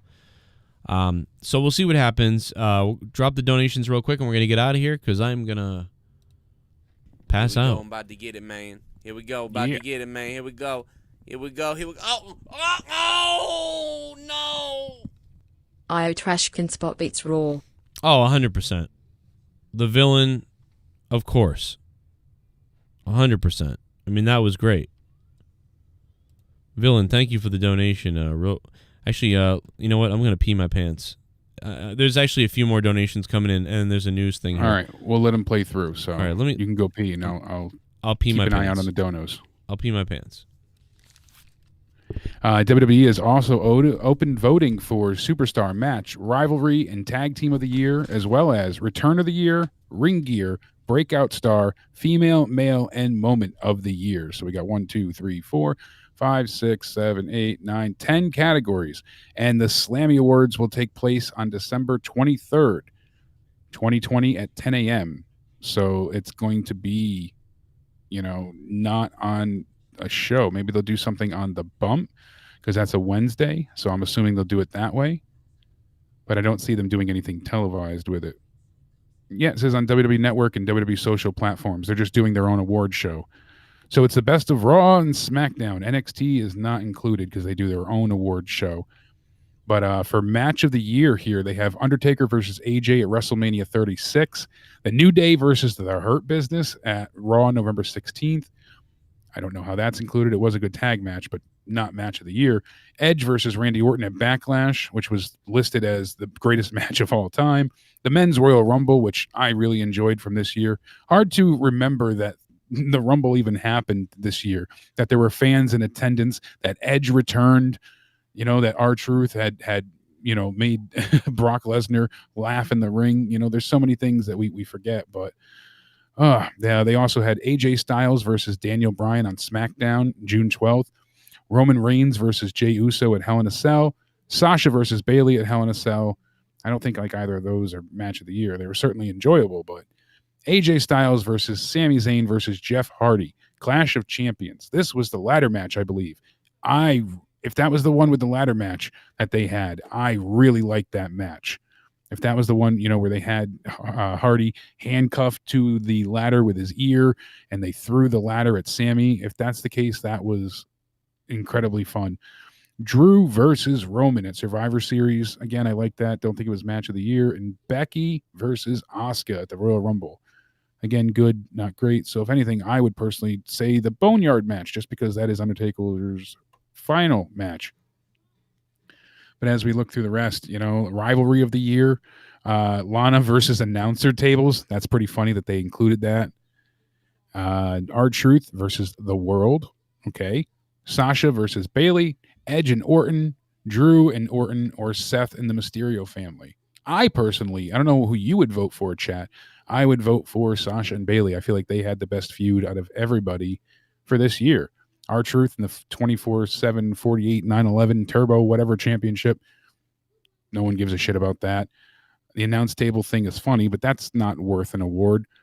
And yeah, Edge definitely will win Return of the Year. I can't see anybody else, that has to be it. What else do we have here? Tag Team of the Year, the Golden Role Models, Nia Jax and Shayna Baszler, The New Day, the Street Profits, and Nakamura and Cesaro. I would go for the Street Profits this year just because of how often they wrestled and how much they did. They went ahead and they really carried Raw during the pandemic the best they could. Now being on SmackDown, they're still carrying things. They were promo machines, whether you liked it or not. They were in the back trying to be charismatic. I wasn't always a fan of their work, but I still respect of how much effort they put forth with no audience being there. Return of the Year, Roman Reigns, MVP, Goldberg, Sami Zayn, and Edge. If the casuals vote Goldberg, I'm going to vomit on myself, but I will vote for Edge. Absolutely. That is still my top tweet of all time on Twitter, at Countdown Ended. And you can also follow Joe at JCS Commentary on Twitter. So little plug there. I think that, all in all, it's not bad for what we have for the polls so far. It should be a decent show. We'll see what happens, but which other ones did we not cover? Rivalry, Tag Team. Yeah, those are the only 4 I see at this point. So maybe they're opening the rest of the voting after. But Superstar of the Year, I would give to Drew McIntyre. I honestly feel like he's the one that's earned Superstar of the Year. Gobbledygooker is winning Return of the Year. Going back, we didn't talk about it before Survivor Series, and I just watched Botchamania this past week, and it was absolutely hilarious because the Gobbledygooker is out there, wins the 24/7 title, and then goes to run away from R-Truth with the title. And when the person in the costume starts running away, there's a guy on the ground. I don't know if he was moving cables or something, but the Gobbledygooker literally steps on this poor gentleman's balls and then trips over him. You hear the guy go, ah! Gooker falls forward. And then the turkey goes ahead, loses one of its feet, one of the costume, and then starts running away. R-Truth runs after him, and then they think they're far enough off camera, so they stop running entirely, stop chasing each other, and then the camera kind of pans and they switch to the next shot. But hilarious. I think Drew deserves Superstar of the Year. Yeah, a few others agree. They'll probably give it to Roman, but what are we going to do? Roman's not a bad, deserving one of that either. As far as Raw goes tonight, we didn't really get through much. There's not much to talk about. Ricochet and Dana Brooke, they had less than a 2-minute match. Keith Lee, he keeps accusing time and time again, it's you that's doing it, Sheamus, and you're going to turn your back and you're going to turn it. Well, it sounds like they're laying down the foundation for Keith Lee to be the one to turn on Drew with all of his accusations. Hopefully that's not the case, because I'd rather see Keith. I don't even know. I don't see him working well as a heel in the main roster.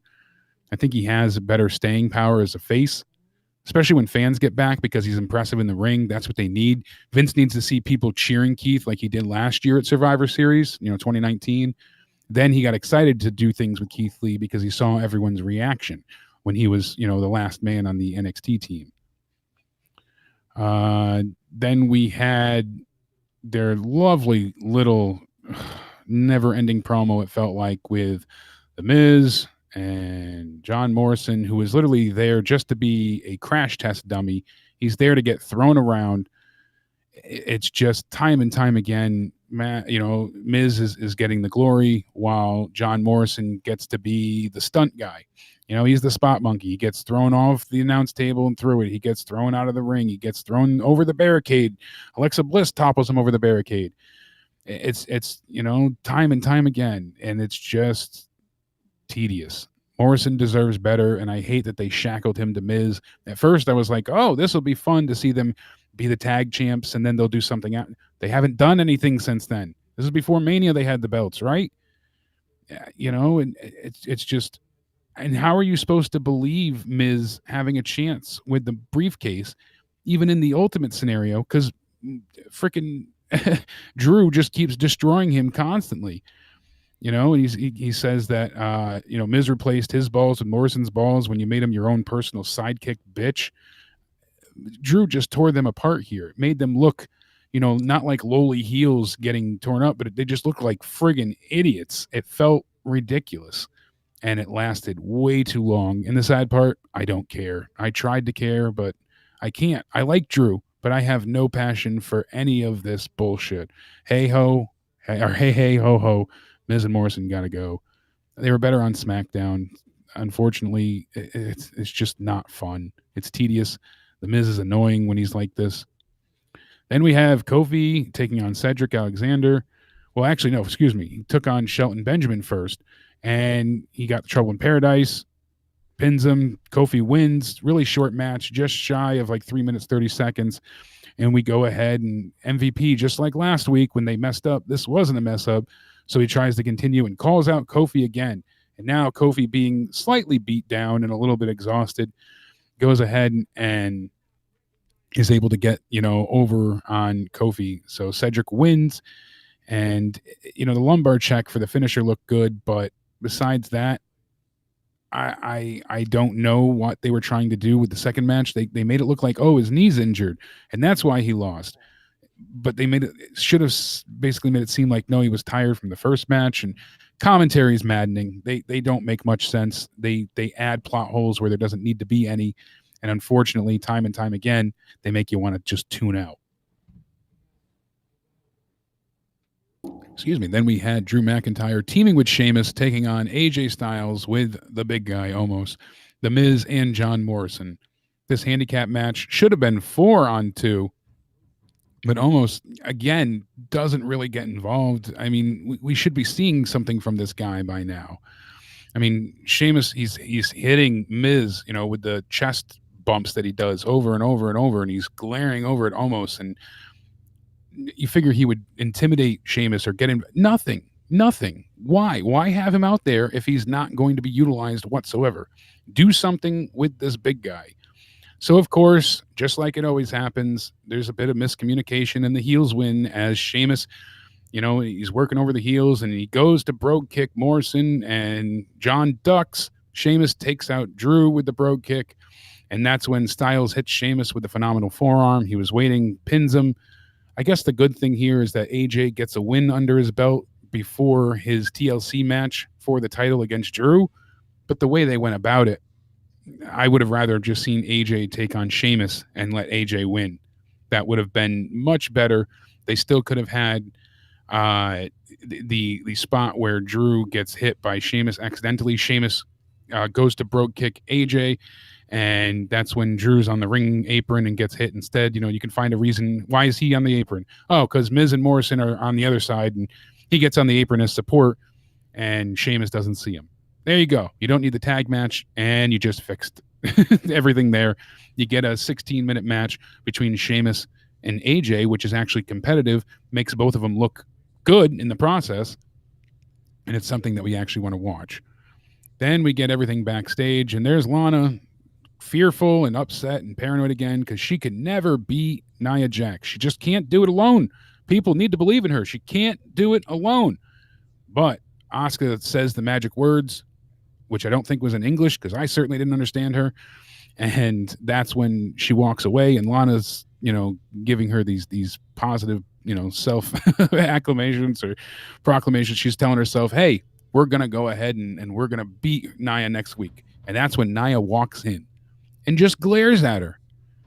Nia, that's so against her character. She's assaulted Lana, put her through 8 different announce tables, and she hears Lana say that she's going to beat her ass, but then goes ahead and doesn't go ahead and hit her when she says something like that.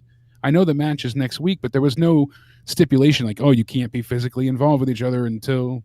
physically involved. Scissor Sisters. You can't be physically involved or attack each other until the match next week, or the match won't happen. And Nia wouldn't even care about the match happening. So again, it's all just bullshit. Lana needs to go as well. Then we had Sheamus and Drew. They started fighting after Charlie tried to interview them, asking about the bro kick, mishap. And that's when, McIntyre comes in and Sheamus says it wasn't intentional, and McIntyre says something, and they end up start trading punches and come to blows, and everybody tries to separate them. Pat Buck gets in the middle, and then they just destroy Pat Buck and slammed him through the catering table. Bye, Buck. And McIntyre, Sheamus, Fart, they go ahead, they laugh, and from there they go ahead and go get some drinks. They're going to the pub. They had a successful night, kind of, even though they lost their match. At least now they put Pat Buck through a table, and they're going to go and drink away their sorrows and be friends again. I laughed at the ending of that, but everything else wasn't needed. And as I said before, if we didn't have the inside joke of Pat Buck because of Ryback, yeah, wouldn't have been funny. It wouldn't have been enjoyable. We had Bobby Lashley take on Hardy in a match that went on, I felt, a little bit too long. It was just a boring match, which is kind of surprising for Hardy. Usually you get a bit more of an entertainment value from him, but I don't know if Lashley was just slowing things down too much or what, but for me, I know they wanted to have a competitive match here. It just didn't feel that way. Or maybe they could have borrowed from the time they had with Shelton Benjamin's match. Here, Shelton Benjamin, have a 2-minute match with Kofi. Exactly. Here, them Kofi's extra 6 minutes. Kofi's going to beat you in 2 minutes, and now Kofi is going to have a match with Alexander or whatever the guy's name is, and then he's going to beat Kofi in 3 minutes. Like, what the fuck are they doing? I'm sorry. Like, what the fuck? I mean, you talk about no time there, and then there was no time there and too much time in the other place. Why is Kofi Kingston winning in 2 minutes against Shelton Benjamin, then losing in 3 minutes to Cedric Alexander, and now the tag team titles? What the hell is that? What the fuck does that matter?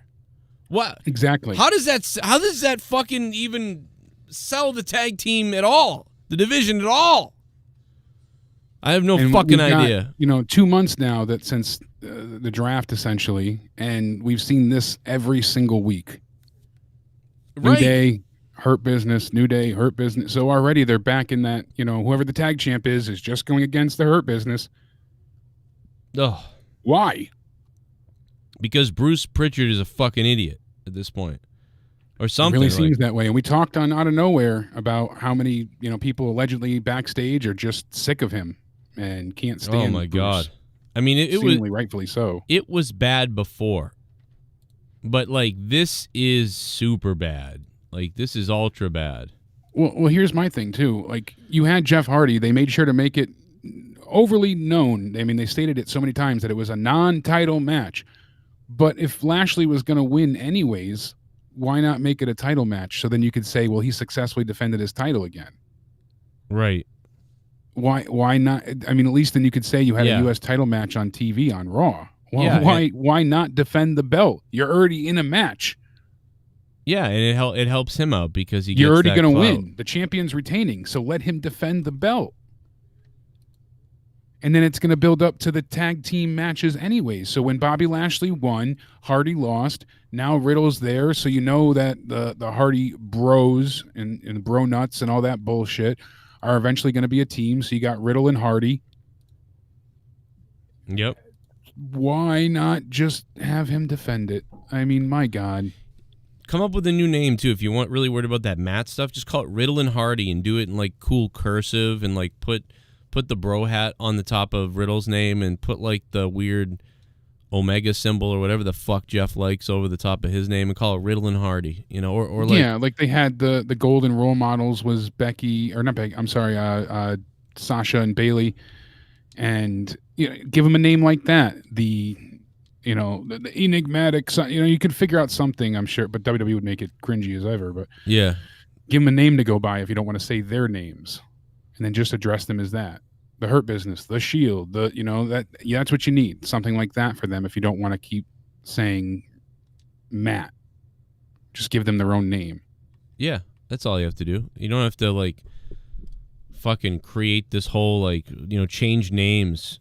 You just have to pump up a new name.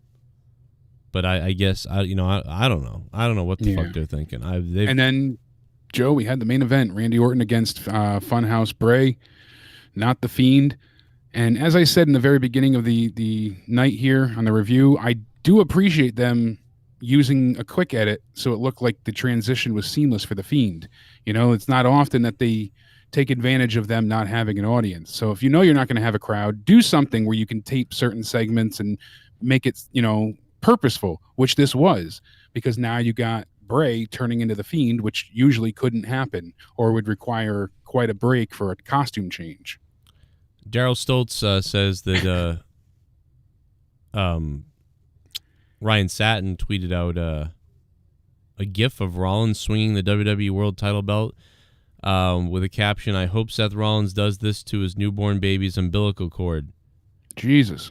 Now remember, Ryan Satin is the guy who calls everybody a homophobe and a racist. Yeah, and then he's pulling a Freddie got fingered meme out of his ass. Yeah, now Ryan Satin, I've told you guys about this before.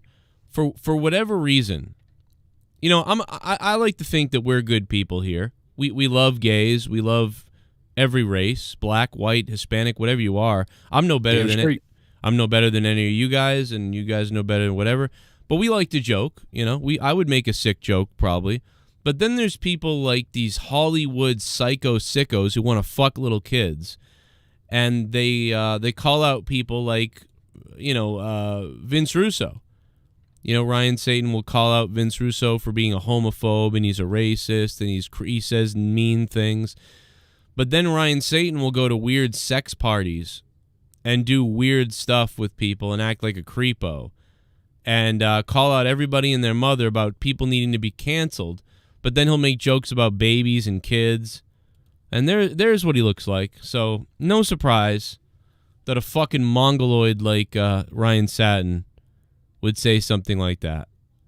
And, you know, because he looks like something out of the Antifa in Portland. So, and you can tell by looking at him, by the way. It doesn't take a fucking genius with his fucking mongoloid teeth. And you can try to brush his hair sideways and try to make him look like a respectable person. But no, he looks like a sick fuck. And that's just all he'll ever be. He worked at TMZ. He was a sick fuck there. There he is.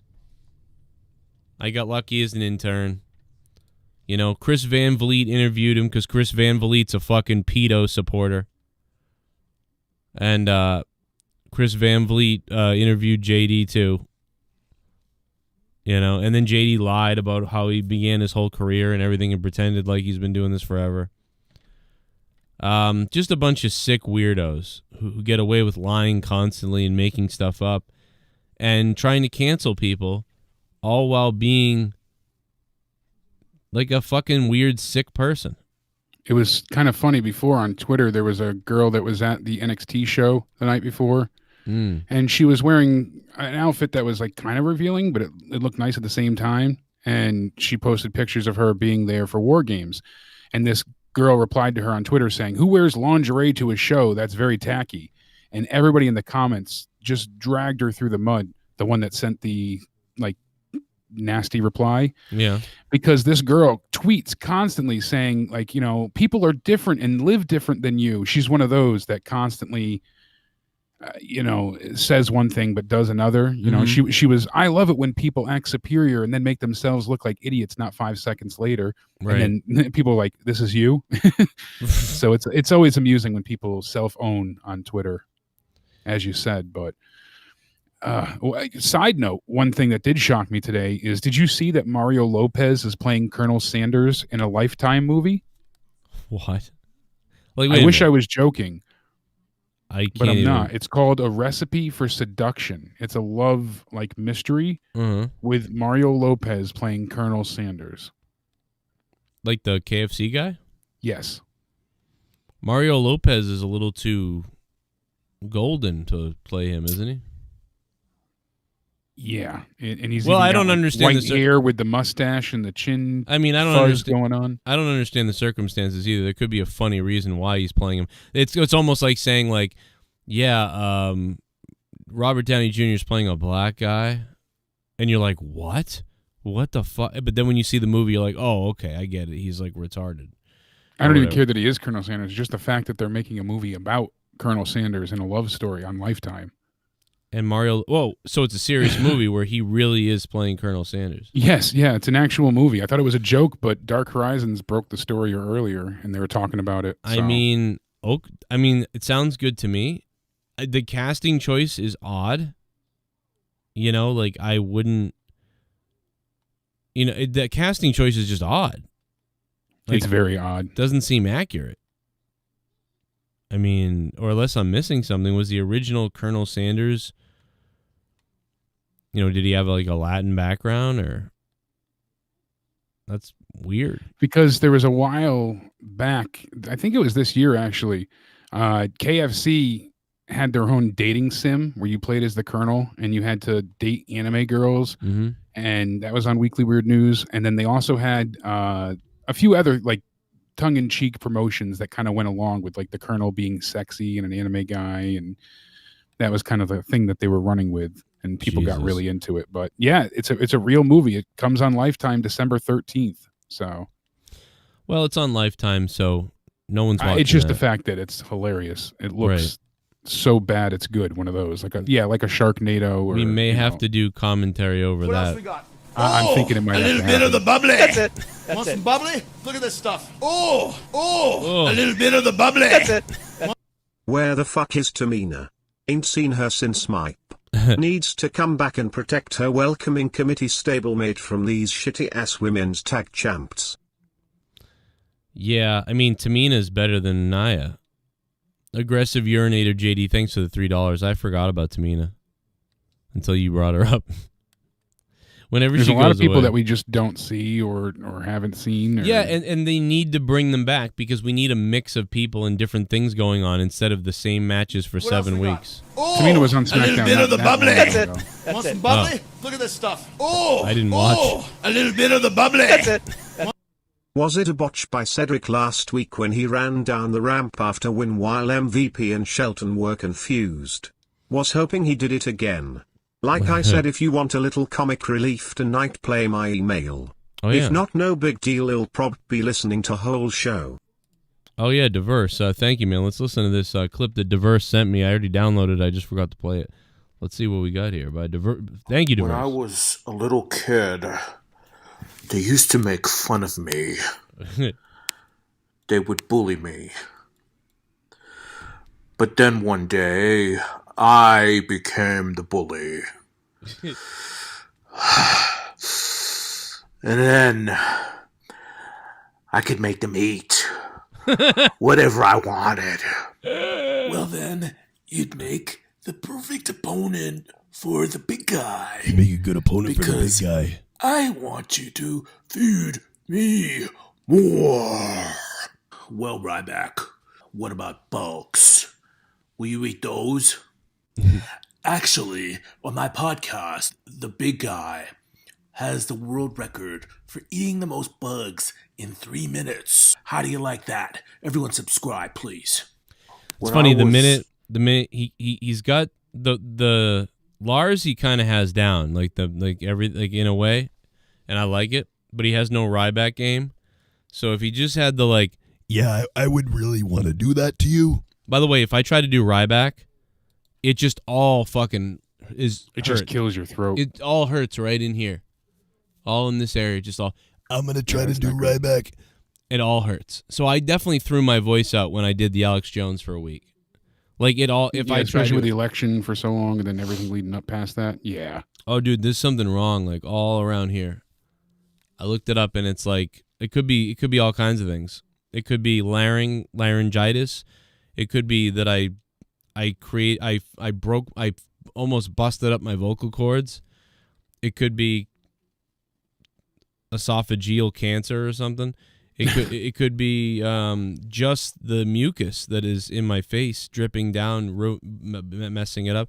It could be nodes. There could be nodes or something in there. There's a million things it could be, but we're coming up on week 3 almost of. Yeah, it's getting to the point where you're gonna have to get it checked out. Maybe, yeah, we'll see. But it is very weak. So I got my voice back. I remember when I lost my voice. I lost my voice-ish for 2 days. And now it's just been really weak. I really think it needs to be rested a lot more. Like, rested more. Stop singing. I keep doing that. I yelled at my kids earlier today. I yelled from downstairs to the upstairs, like, turn it off. And that didn't feel good. And it just feels weak. It feels like I have a weak muscle. Like I have no power in a certain way. Yeah, like I said years ago, I had that in my teens where I had that pus pocket dripping on my vocal cords. That's what it feels like. Something's dripping in my vocal cords. Yeah, and they had to go in and they had to scrape it, and it actually changed my voice. Oh God, don't do that. Because it was ruining my voice. So I have a lot of post nasal drip going on. I do know that the last week and a half, lots of it. Like the other day, my eyes were sore. If I touched my eyes, it was that murdering pain in the back of your head and eyes because of the pressure. It really could be severe allergies, just bad allergies, seasonal allergies kicking your ass, and it makes your throat bad. And it makes, some people have such bad reactions, and it happens as you get older. The body takes to things differently. And well, this also comes after the sickness, right? Because remember when I was sick, I was like, I'm sick, but it's like not bad at all, right? Yeah, it could just be residual and left over, and you could still be sick and not know it. Yeah, it was weird, dude, because like we all were sick for days, but not bad, right? Like nobody was bad. You know, my son was the worst. Finn was the worst. He was sick for 6 days, but he was like... Maybe you did have COVID, and this is the after. Oh, I don't know. I mean, you maybe. never know. I mean, you guys were all sick, and everything was mild, though. It could be. Yeah, but this is like... You should get one of the antibody tests cheap and try it yourself. I'm out of like... It's literally like when you overuse your arm or overuse a muscle, and when you try to use it the next day just for simple things, it's tired, and you're like, ooh, I can't even after hold one of those something. big gym days. Yeah. It feels like that in my throat. Every time I'm talking, it's a lot of work to speak. And it's almost like I'm speaking wrong to put out words. I told you already, stop swallowing. That'll help. I think I need to swallow cum. I think that's what it is. It's clogged. I think there's just too much in there. It's like a drain that's just backed up. Yeah. But I think I should end the show because of how tired it is. Oh, a little bit of the bubbly. That's it. Want some bubbly? Look at this stuff. Oh, a little bit of the bubbly. That's it. Raw was a 10 out of 10. So horrible. It was lackluster. Oh, I forgot. I'm not Tomink 2010. That's pretty fucking funny, Casey is Raw. Oh, the way it read it too. Oh, I forgot. I'm not Tommy. Remember Tommy would call up back in the day and he'd be like, it was great. It wasn't, it wasn't the best, but I'd give it he would start off saying it was great, and then we'd be like, what? What did you want? She'd be like, a little bit of the bubbly. That's it. Want some bubbly? Look at this stuff. Oh, a little bit of the bubbly. That's it. I had to tune over to hear what the cat-loving midget's saying. He literally gives me headaches. He thinks Alexa Bliss sucks. There's Iconics. He has a weird hate to hot women. Then he says NXT sucks. Lol, what a idiot. Who would want to watch him? Listen, I don't want to attack him like all the other SJWs do, but he definitely has a problem with women, and that's just a fact. But whatever that is, not my job to diagnose it, but he definitely has some kind of weird sexual thing with women. And Super Chat Party. Psycho Kaz, thank you. What up, Psycho Kaz? And thanks to whoever donated that other one, Easy E. But no, I think that with Tommy, I meant he used to call up and say like, Monday Night Raw was all right, you know. And then be like, well, what do you give it? Oh, I give it a 10 out of 10. I give it a 10. And you'd be like, what, dude? You just said like it was all right and like it was pretty good, and you give it a 10 out of 10. You said it was lackluster, and you're giving it a 10. Yeah. Or he'd be like, it was lackluster. I'd give it an 8 out of 10. And it'd be like, dude, what the fuck is lackluster to you then? Lackluster is like 3 out of 10 or 5 out of 10. Or like, or at least 5 or 6 out of 10, and maybe 3 is horrible or something. But like, what was he on about with that? Like, let me give it a 10 out of 10. And it wasn't once or twice. He would do this all the time. Shit bomb. He cheated on her. After the week you had, I expected a decent Raw. Fuck me, what a stinker this was. Raw won't be good until Vince is dead, and that's that. I thought that was the other way around. D's version 1. Yeah, you might be right. Yeah, I mean, I did not expect a decent Raw, but I was hoping we had some things to talk about. I mean, even when it's bad, sometimes it's so bad that you can at least break it down and be like, all right, so all I could do is be like, this happened and this happened, but I have barely this, you know, it's essentially the same opinion, barely anything varies. Roman Reigns. Limp Bizkit lyrics. You're my man. I wanna see you naked. Give me that Superman punch in my rectum. Give me that Superman punch in my rectum. I don't care if your whole fist goes up my asshole. Roman Reigns. Roman Reigns. It's all about the he says she says bullshit. I think you better quit talking that shit. It's just one of those days. Thank you, Limp Bizkit lyrics. I would totally parody that right now, but my throat is fucked up. Limp Bizkit lyrics, thank you. It's just one of those days. That was a good song at when they did that at Woodstock, and then the people almost burnt the whole place down. Yeah, they had a hell of a performance, and they got a lot of shit for that, but they did try and get people to calm down. But they were a little bit of the bubbly. That's it. That's it. Bubbly. Blame the people. A little bit of the bubbly. That's it. My Ryback does suck. BTW just looked up Mario Lopez and he looks like Mario Lopez lol. Like they didn't even try. Bad Halloween costume. Yeah, it's really bad looking. Wow. He's just got the Colonel Sanders look. Dolph Ziggler, when he did the Colonel for WWE, looked so much more like Colonel Sanders. This is like they took a Just for Men gray comb and kind of combed it through, so he had a little bit of the silver hair. I don't understand. And he's got the mustache and the chin fuzz going on. I don't understand really the casting for that at all. No one else wanted it, and Mario Lopez is desperate. This would be like casting Madonna to play Selena back in the 90s. Like, Yeah, what are you that's a good doing? one. Colonel Sanders should be definitely played by a pasty white person. Why would he be played by somebody who isn't pasty and white? Yeah. I mean, what are we doing? Yeah, Woodstock 99 was great. I remember watching most of it live. My neighbor had the pay-per-view box there, the Scrambler, so we watched it at his house. And I have 15 tapes. yeah, you were saying you had it all recorded. We paid $100. Me and my 4 friends all chipped in, and for $100 bought Woodstock. It was 3 days, Friday, Saturday, and Sunday, I believe, on pay-per-view. Yep. And yeah, I have all the original tapes of it. Fucking hilarious.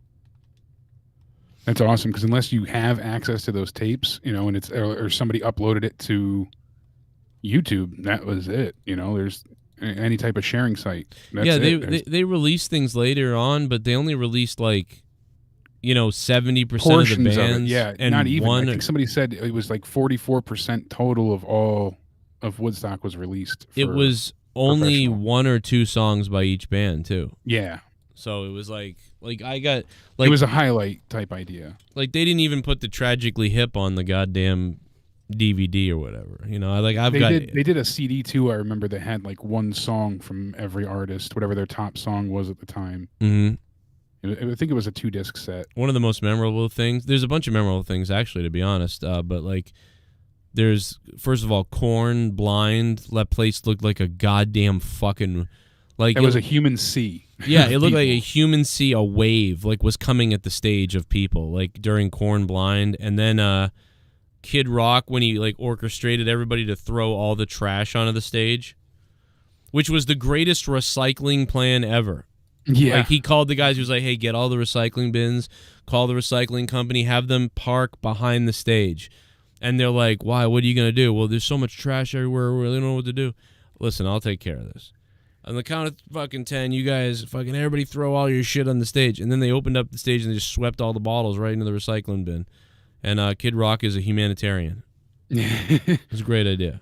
And then you figure they had 220,000 people in attendance, 10,000 working, barely any water. The cheapest water on the first day was $4 a bottle.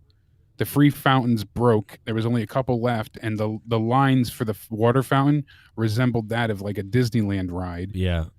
And a lot of the fountains were just smashed in frustration, so it would cause huge flooding.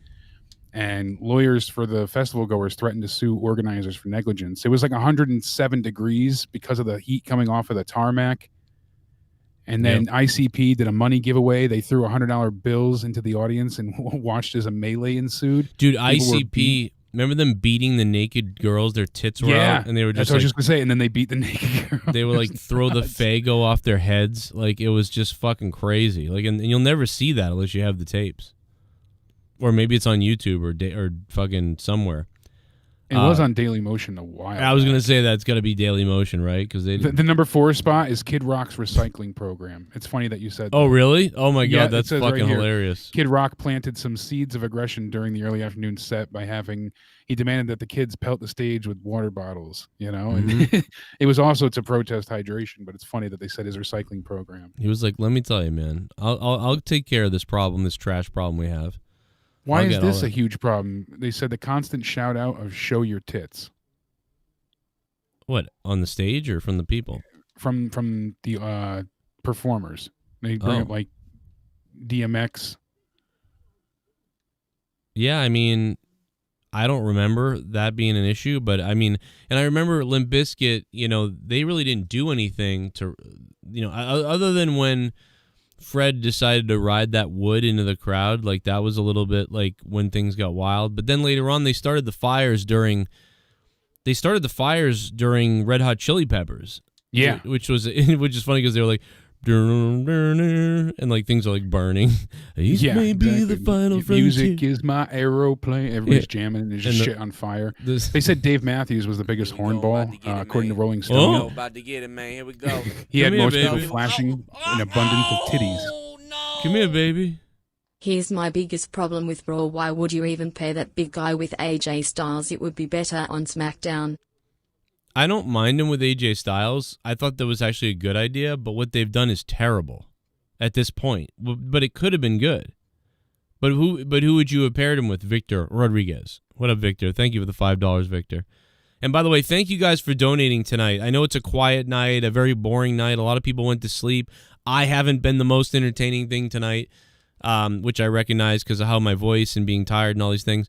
So I really appreciate the donations, man, tonight during this, because obviously this was one of those just mail it in nights, because it's just so bad. Super chat. Super chat. I remember Green Day was playing. Crowd through mud.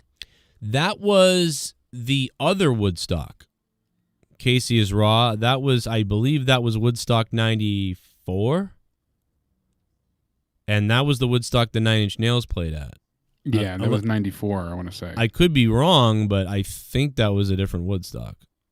So, yeah, I think you're thinking of 94 because Aerosmith, Nine Inch Nails, Green Day. Yeah, Green Day didn't play at this Woodstock. The Offspring did. Yeah, Offspring did. There was so many bands. One of the things they were talking about is the emerging artist stage. Mm-hmm. And they said that there was so many bands that played there that you've never heard of. Even still, they said, did any of these artists truly emerge? Apologies to Muse and Ben Lee. Those are the only two that did anything. But they packed this set, and people didn't even know who they were, and it caused a rage by the festival goers having to get stuck to watch them. Oh, I did not know about that. Yeah, it's surprising, but there was a lot of sexual assault and rape too. That was not good, obviously. Ooh. That's crazy. Yeah, it was dark times, man. That was a dark Woodstock, but but it was very entertaining. Super chat. I would have put him with Sami Zayn. Oh, okay. Put him with Sami.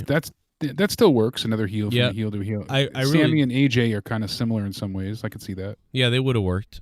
And yeah, he would have been better because SmackDown's usually written a little bit better. Yeah, especially since they got Edge and Daniel Bryan over there. And Fire happened, like you said, during Red Hot Chili Peppers when they played Hendrix's song Fire. Mm-hmm. They were supposed to be doing it as like a tribute to his 69 Woodstock show, but that just ignited the crowd, literally. And apparently the police were just beating people. I had heard some stories, but they called them runaway cops because who watches the Watchmen?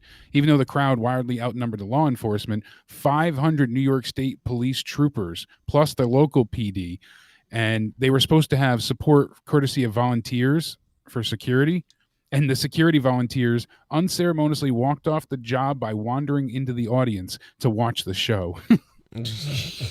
So their volunteer security took off, and these 500 state troopers and the local PD. Well, because that's how they got beat in. The hell out of people. They did volunteer security to get into the place for free. Yep. That's hilarious. I'm gonna get in for free. I'm gonna say I'm a security guard. Then I'll just disappear. They're not paying you. Exactly. Oh, that's hilarious. That's fucking funny, but scary. But yeah, just a scary Woodstock, but funny on TV. It was fucking great to watch on TV. Yeah. Funny thing is, there's people usually blame Limp Bizkit, and they kind of get the brunt of it for that show. But there was actually worse incidents at things like Big Day Out in Sydney. So yeah, this wasn't even that bad. Limp Bizkit wasn't that bad. They told people that the fires were bad, and you don't want to see anybody get assaulted or raped, and that stuff's horrible. Absolutely, you don't want that at a concert where people are going to have fun. Fred Durst with his no balls trying to tell people like, "Hey, they're telling us to tell you to calm down." Isn't that what Alanis Morissette did last hour? Fuck her. Like that's all he said. Yeah, they're saying he didn't help the situation. Yeah, what do you expect? But it was just. But you don't see people getting. The time they were really blamed was for the Big Day Out thing, where that girl got crushed to death. I know that was a big issue with Limp Bizkit. That sucks. Yeah. Well, you know what? You know why? Because a lot of the Limp Bizkit fans were fucking cunts. They were the fucking football team. They were the assholes. Yeah, like a lot of Korn, and originally like a lot of those bands fans were like the goth kids and stuff like that, and they were like, "Oh, I love people that go to music shows," but then, a lot of Limp Bizkit fans were the fucking jocks, and it went from like, So you had all these fucking douchebags who were like, "Let's go, yeah, Limp Bizkit. You ever see them? They'll fuck it up, dude." And you're like, "Oh my god." It was weird though. Remember that? It was like a cross of like, because you would still have some of the like music people and goth people who were into Limp Bizkit. Yeah. But then you had all the mainstream football player jock types who liked it too. So it was that rage rock that they enjoyed, and yeah. So but you had this crossing then of like, the football players in the school. Yeah, it transcended the metal genre that it was attached to and went more mainstream. But you know what I'm saying, in the way that like Korn, like you felt that people were picking on you for a while for liking Korn and Marilyn Manson, but by the year 1998 or 99 or about 2000 or something, 2000 is when I noticed a big change. Those jocks and those people they thought you were cool. instead of picking on you, they were like, oh yeah, you like fucking, because they liked that music, because that music became mainstream. Yeah, I went from 8th grade being made fun of for the stuff that I listened to 9th grade people asking me to burn them CDs of like mixes and stuff. You became this really commodity. It was weird, like a pet, like they liked you. Like it's weird, but yet you still had to deal with them. So you're there at the show, at the Korn concert, and you're all whatever, and then these guys are there in a different way to party. I've been to so many concerts, and people would always give like Ozfest a bad name, and oh, it's got to be so violent, but it was never an issue. The only fights or altercations or issues I've ever had has been with preppy kind of that jock type of people. It's not your gothed out metalheads that look like they're gonna beat your ass. Those are so I've bumped into people. Oh, I'm so sorry. Let me buy you a drink. Stuff like that. People are very, very chivalrous to women. Even like it's not what you expect. And then you get just the outlying asshole that is at every show. But of course, it's always been not really like the metalhead that you see being the jerk most often. Exactly. Yeah. So it was that mix. It's funny how that works though. But yeah, because I had friends like it too. I had friends who would be like, let's go to the fucking show. And I'd be like, what, dude? You want to go to Korn? Like I was upstairs listening to Korn, like crying in my bedroom because it reminded me of my family. Like, and these guys were bumping Korn while fucking a girl. They're singing "Got the Life" and we're singing "Faggot." Yeah, big difference. Yeah, and it's and so then you have that clashing of like the depressed kid listening to Korn, like but then there's Bobby Matthews up the street who's like the football player who's like, yo, fucking.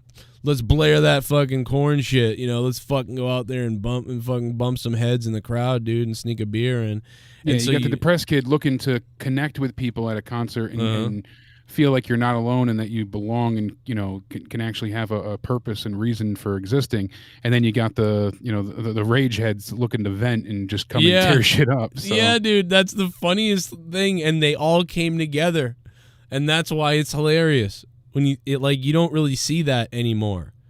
Like now, and I know you don't see anything anymore because of COVID, but now when you go to shows, it feels like it really is like everybody's there because they're a fan of the band, and it's not quite the same as those days. It's weird. Those days were weird, man. It was like it was the opposite of the hippie era. Like the hippie era, everybody went there like, hey, let's vibe out to the music. This was like. This, like you just said, this clashing of two different mentalities during the new metal fucking late 90s, early 2000s years. And there was also like this weird social push around the music scene and concerts, especially around my age and area, where it turned from like, oh, I have to see this band because they're my favorite to I've heard that song once before, and like that was all the motivation you needed. Music just became more of an influence. It was pretty cool for a while. Yeah, you're right.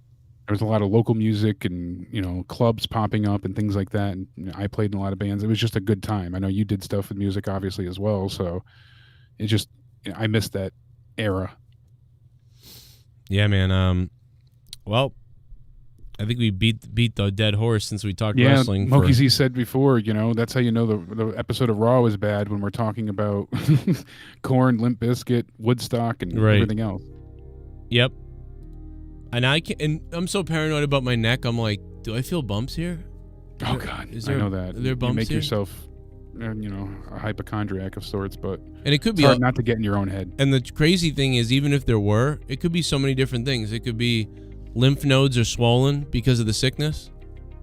It could be anything. Yeah. But yeah, something weird here. I feel like right here. Well, I say we're gonna have to start harassing you if you don't feel better by the end of the week to go get checked out. Come check me, doctor.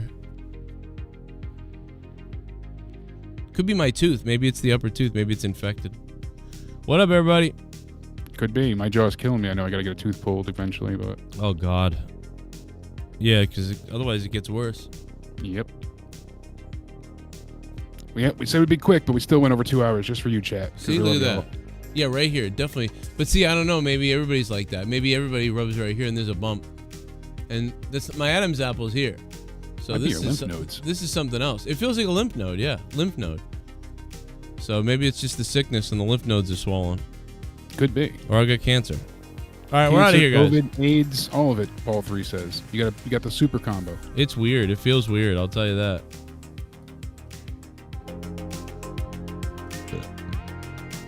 See you guys later. I'll see you. Join the Patreon. Off the Rails is going up tomorrow. Good night.